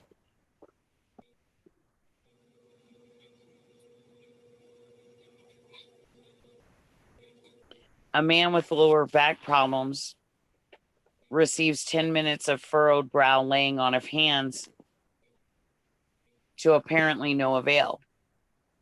Well, it doesn't always work right away. Maybe we could try it again, but this time I'll go into an alpha wave trance so that we can have a better space.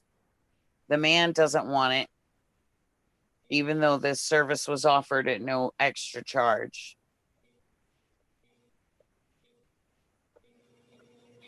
Olga Worrell had never went into a trance.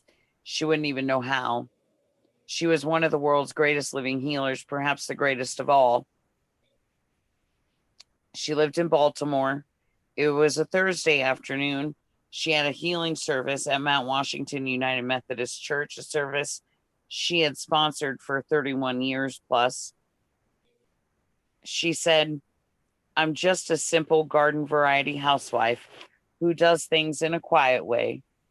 I know that some people need a circus type, whoop it up emotional situation in which to work, but that wasn't her way." At a church, 100-year-old building, downtown Baltimore, 200, 300 people sat quietly, many old, many crippled, obviously ill, waiting for her. At 74 years old, the woman possessed a warmth, a motherly strength. She'd talk about healing for about 15 minutes. She'd do a silent prayer. People would begin to file up to the front of the church. She and Pastor Robert Cartwright and several other healers would touch them. Some of those who have come for laying on of hands are healthy. Some are ill. Some need to be helped by others to reach the pulpit. Miss Worrell smiles as she touches people and speaks softly.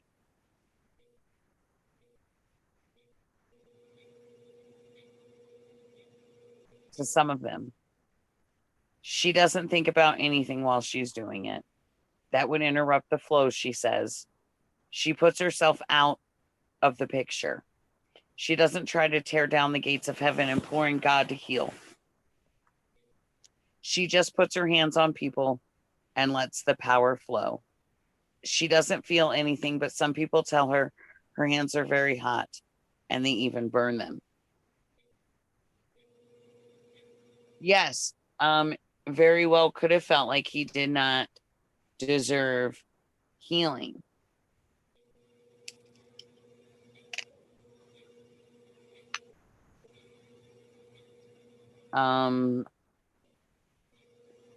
Now, she knows that she has a special gift, as I know the same. And I was biologically constructed to be able to do this. Everyone, though, I believe, just like she does, can do it to some extent. A lot of people can play piano, but there's only one Paderewski. There are healers and there are healers. Nobody can teach someone what they know.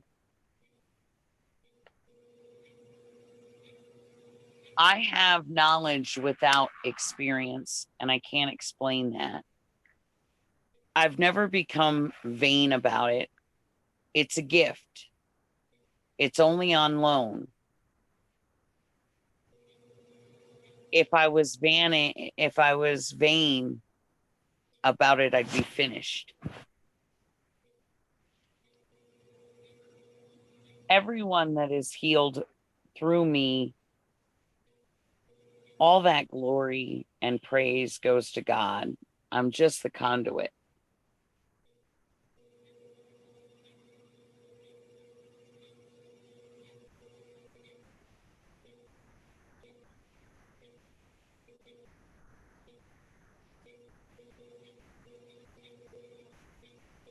Amen. There was a man named Ambrose Warhol, and in 1928, a 22-year-old Olga Ripkik, daughter of a Russian theologian, Hungarian countess, met this young engineer, fell in love. He asked her to marry him, and she didn't want to marry him because she didn't think he really wanted to marry her, because she saw dead people. He said to her, "No problem, I see them too." They had come from conservative old country families who had insisted that they keep quiet about their peculiar mystic gift, which had become evident early in both of their lives. Together, though, they began a healing partnership that was unparalleled in the current era of scientific investigation into psychic phenomena. Until Ambrose Worrell died at age 73 in February 1972. They worked with individual clients in the Baltimore church and with scientists and laboratories, always striving to understand and to be put to good use the amazing powers that they seem to have. Ambrose Worrell was very successful engineer and executive of a large firm, and was no more active than any other healer in bringing laying on of hands into the realm of scientific experimentation. Both the Worrells had psychic abilities other than healing, as much as the power to create molecular changes in plants and inorganic matter, extrasensory perception, and even the apparent ability to describe dead people that they had never seen nor heard about. Their abilities were tested scientifically. Their experiments apparently verified the Worrell's abilities, are described in several books written about the Worrells. Ambrose Worrell was ever the rationalist, and he wrote a book called The Gift of Healing, Harper and Row, 1976. And in that he said, "I believe that the most so-called miracles are not miracles in any accepted sense, but only the working out of the immutable universal laws on a higher level of consciousness and being than we know. He also proposed that the laying on of hands might cause healing by altering the body's atomic thermal patterning. He developed an undefined energy passed from the healer to the patient, which he said could be called para-electricity. Ambrose Worrell worked systematically with private patients and worked only with those whom he felt were really in need of his help and with those whom he felt a spiritual affinity. He talked with his patients about and habits, turned in to them until he felt they were both on the same wavelength.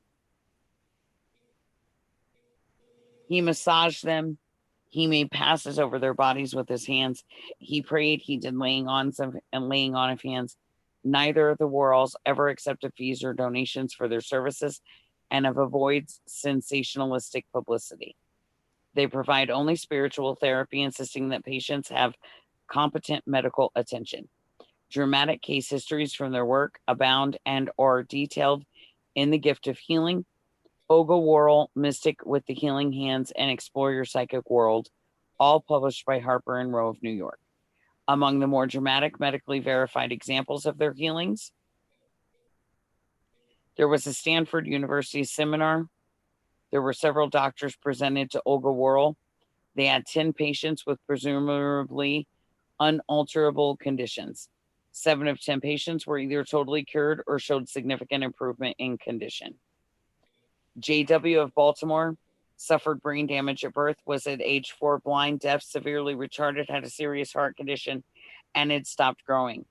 Physicians said there was no hope of improvement and suggested to go see the Worrells. After many treatments with Mrs. Worrell over several years of time, all abnormalities have disappeared. There was a surgeon that had a malignant myeloma. He was told he would have his arm and shoulder amputated if he were to survive. Recovered with no treatment other than Mrs. Worrell's laying on of hands. KB of Baltimore was an age 6 patient that suffered from paralysis from the waist down and left functionally blind after severe anaphylactic shock and encephalitis and infectious brain disease. Normally, there can be absolutely no improvement in these conditions because of the disabilities caused by irreparable brain damage. Several treatments with Mr. Worrell, the girl completely recovered all her lost abilities. Wouldn't it have been nice, Bonnie, to meet her? That's so true. Thousands of people were treated by Worrells. They compiled several thousand testimony letters of patients, and they're being studied and classified by groups of physicians. Statistically, the figures are inadequate for assessing a percentage ratio of cures that resulted from their work. Reasonable ratio to assert, however, that whatever the Worrells' cure rate, their ability to heal with laying on of hands was and is quite real. The phenomena occurred, though was mysterious. Mr. Worrell went to his grave without ever explaining. Scientists have asserted that cures from laying on of hands have occurred merely because of the placebo effect, and patients think they are healed, and so they recover. This interpretation of the phenomenon, though, ignores some experiments that have been done, some involving the Worrells. Experiments, as fascinating as they are, inexplicable. By the 1700s, the laying on of hands, once one of the central practices of Christianity, had fallen out of favor with the church. It had been adopted by several European kings, however, and had become known as the royal touch. In 1784, the King of France appointed a committee, which included Lavoisier and Benjamin Franklin, to investigate the possible existence of a magnetic fluid. That Mesmer, one of the originators of hypnotism or mesmerism, claimed was the element in patients which responded to the laying on of hands. The King's Committee, perhaps caught up in the first flush of excitement over the area's new technology medicine, concluded that magnetic flu was a figment of Miss Muir's imagination and that laying on of hands worked only because of the power of suggestion. The subject was not seriously studied again until 1957. This study was performed by McGill University research biologist Bernard Grad, PhD, revolutionizing scientific communities' perception of laying on of hands. Grad proved beyond all reasonable doubt that laying on of hands produced discernible physical effects in mice and plants, living things that are not one would assume particularly responsive to the power of suggestion. Grad did not allow the mice, which were uniformly wounded or biochemically disturbed, to be actually touched by his healer, a person well known for successful laying on of hands on humans. Touching the mice, Grad felt, might invalidate the experiment by giving the touch mice physical warmth or emotional comfort. The healer had held his hands over a wire mesh above the box. In every experiment, the mice treated with laying on of hands uniformly recovered significantly faster than the control group of mice. Grad also found that plant growth could be speeded not only by having healers touch plants, but also by having healers touch water that would then be applied to the plants. Grad concluded it is reasonably clear that the observed phenomenon cannot be accounted for solely in terms of suggestion or any known physical or chemical sources. Grad said that the energy that affected the mice and plants, because it passed through the glass and other solid objects during some experiments, may be somewhere in the electromagnetic spectrum. This was published in Ways of Health, Harcourt Brass, Jovanovic, 1979. Experiments similar to Grad's were conducted by other researchers. In virtually every experiment, the premise that laying on of hands exerted a beneficial effect upon the healing rate tests of animals was proven correct.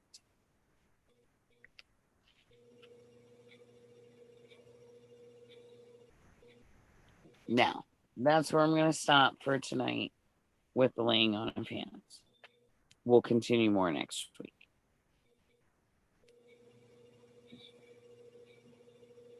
Yes. We will. I feel that that's a good place to come to a halt. Absolutely. Let me just check to see if we have any further numbers with the coronavirus. Take a quick earthquake scan. Let's see what we've got. 362 fatalities still. 17,393 confirmed cases. Just updated 1:48 a.m. Eastern Standard Time. So just recently updated. Let's go see what we got for earthquakes.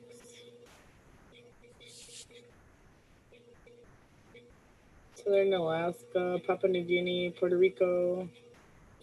Southern Alaska, 4.6. That's big. It's decent. Thanks, Bonnie. Take a quick volcano check. Because, you know, we're definitely watching all of these things happening at once. That's for sure.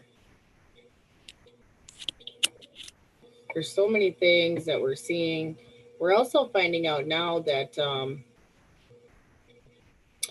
so Tal, Fuego, Popocatépetl, Sangay, Aso, Sabancaya, and Abaco are all going right now for today, the 3rd of February, 2020.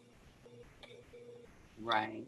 So we definitely got some activity. Kachiro, Arabajima, Ebiko, Eruption, Flight Level 100, Asasan, Flight Level 30 at Kachino, Arabajima, Sakurajima, Flight Level 80, Tal in the Philippines. What we got? See the Volcanic Ash Center, Tokyo, for more information. Okay. What's it say? Advisory. Please see advisory. Doesn't tell us anything. Summit elevation doesn't say anything. But I bet you something happened because they wouldn't have this alert up there, and we haven't seen Tal in a couple days. So that's interesting.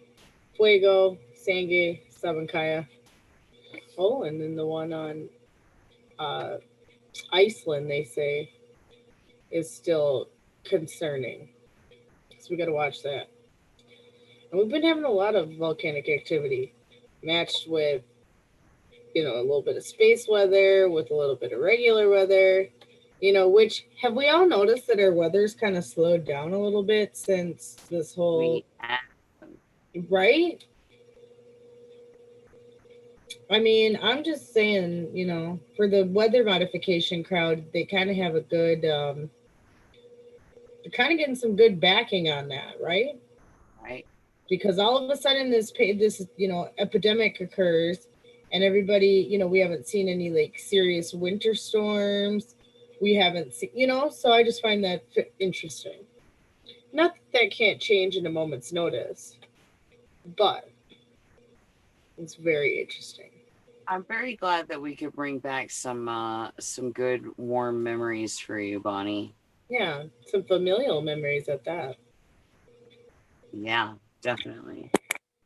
That's a wonderful, wonderful thing. That is a beautiful thing.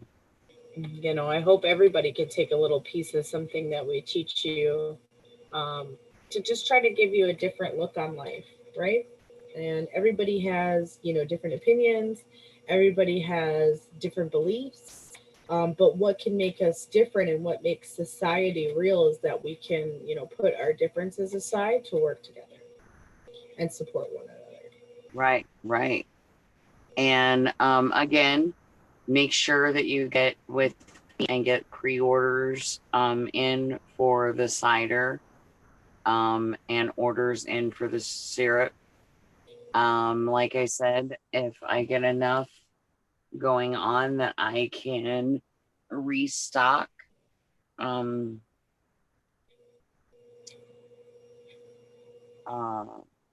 ingredients, I'll make more. You can either donate at paypalme.freedomrevolution/freedomrevolution19 or go to freedomrevolutionnetwork.com, go to the Journey into Freedom page on FRN Radio, and then click the tribute to Jif, and then put in the tribute line Jif Fire Cider or Jif Valley Syrup.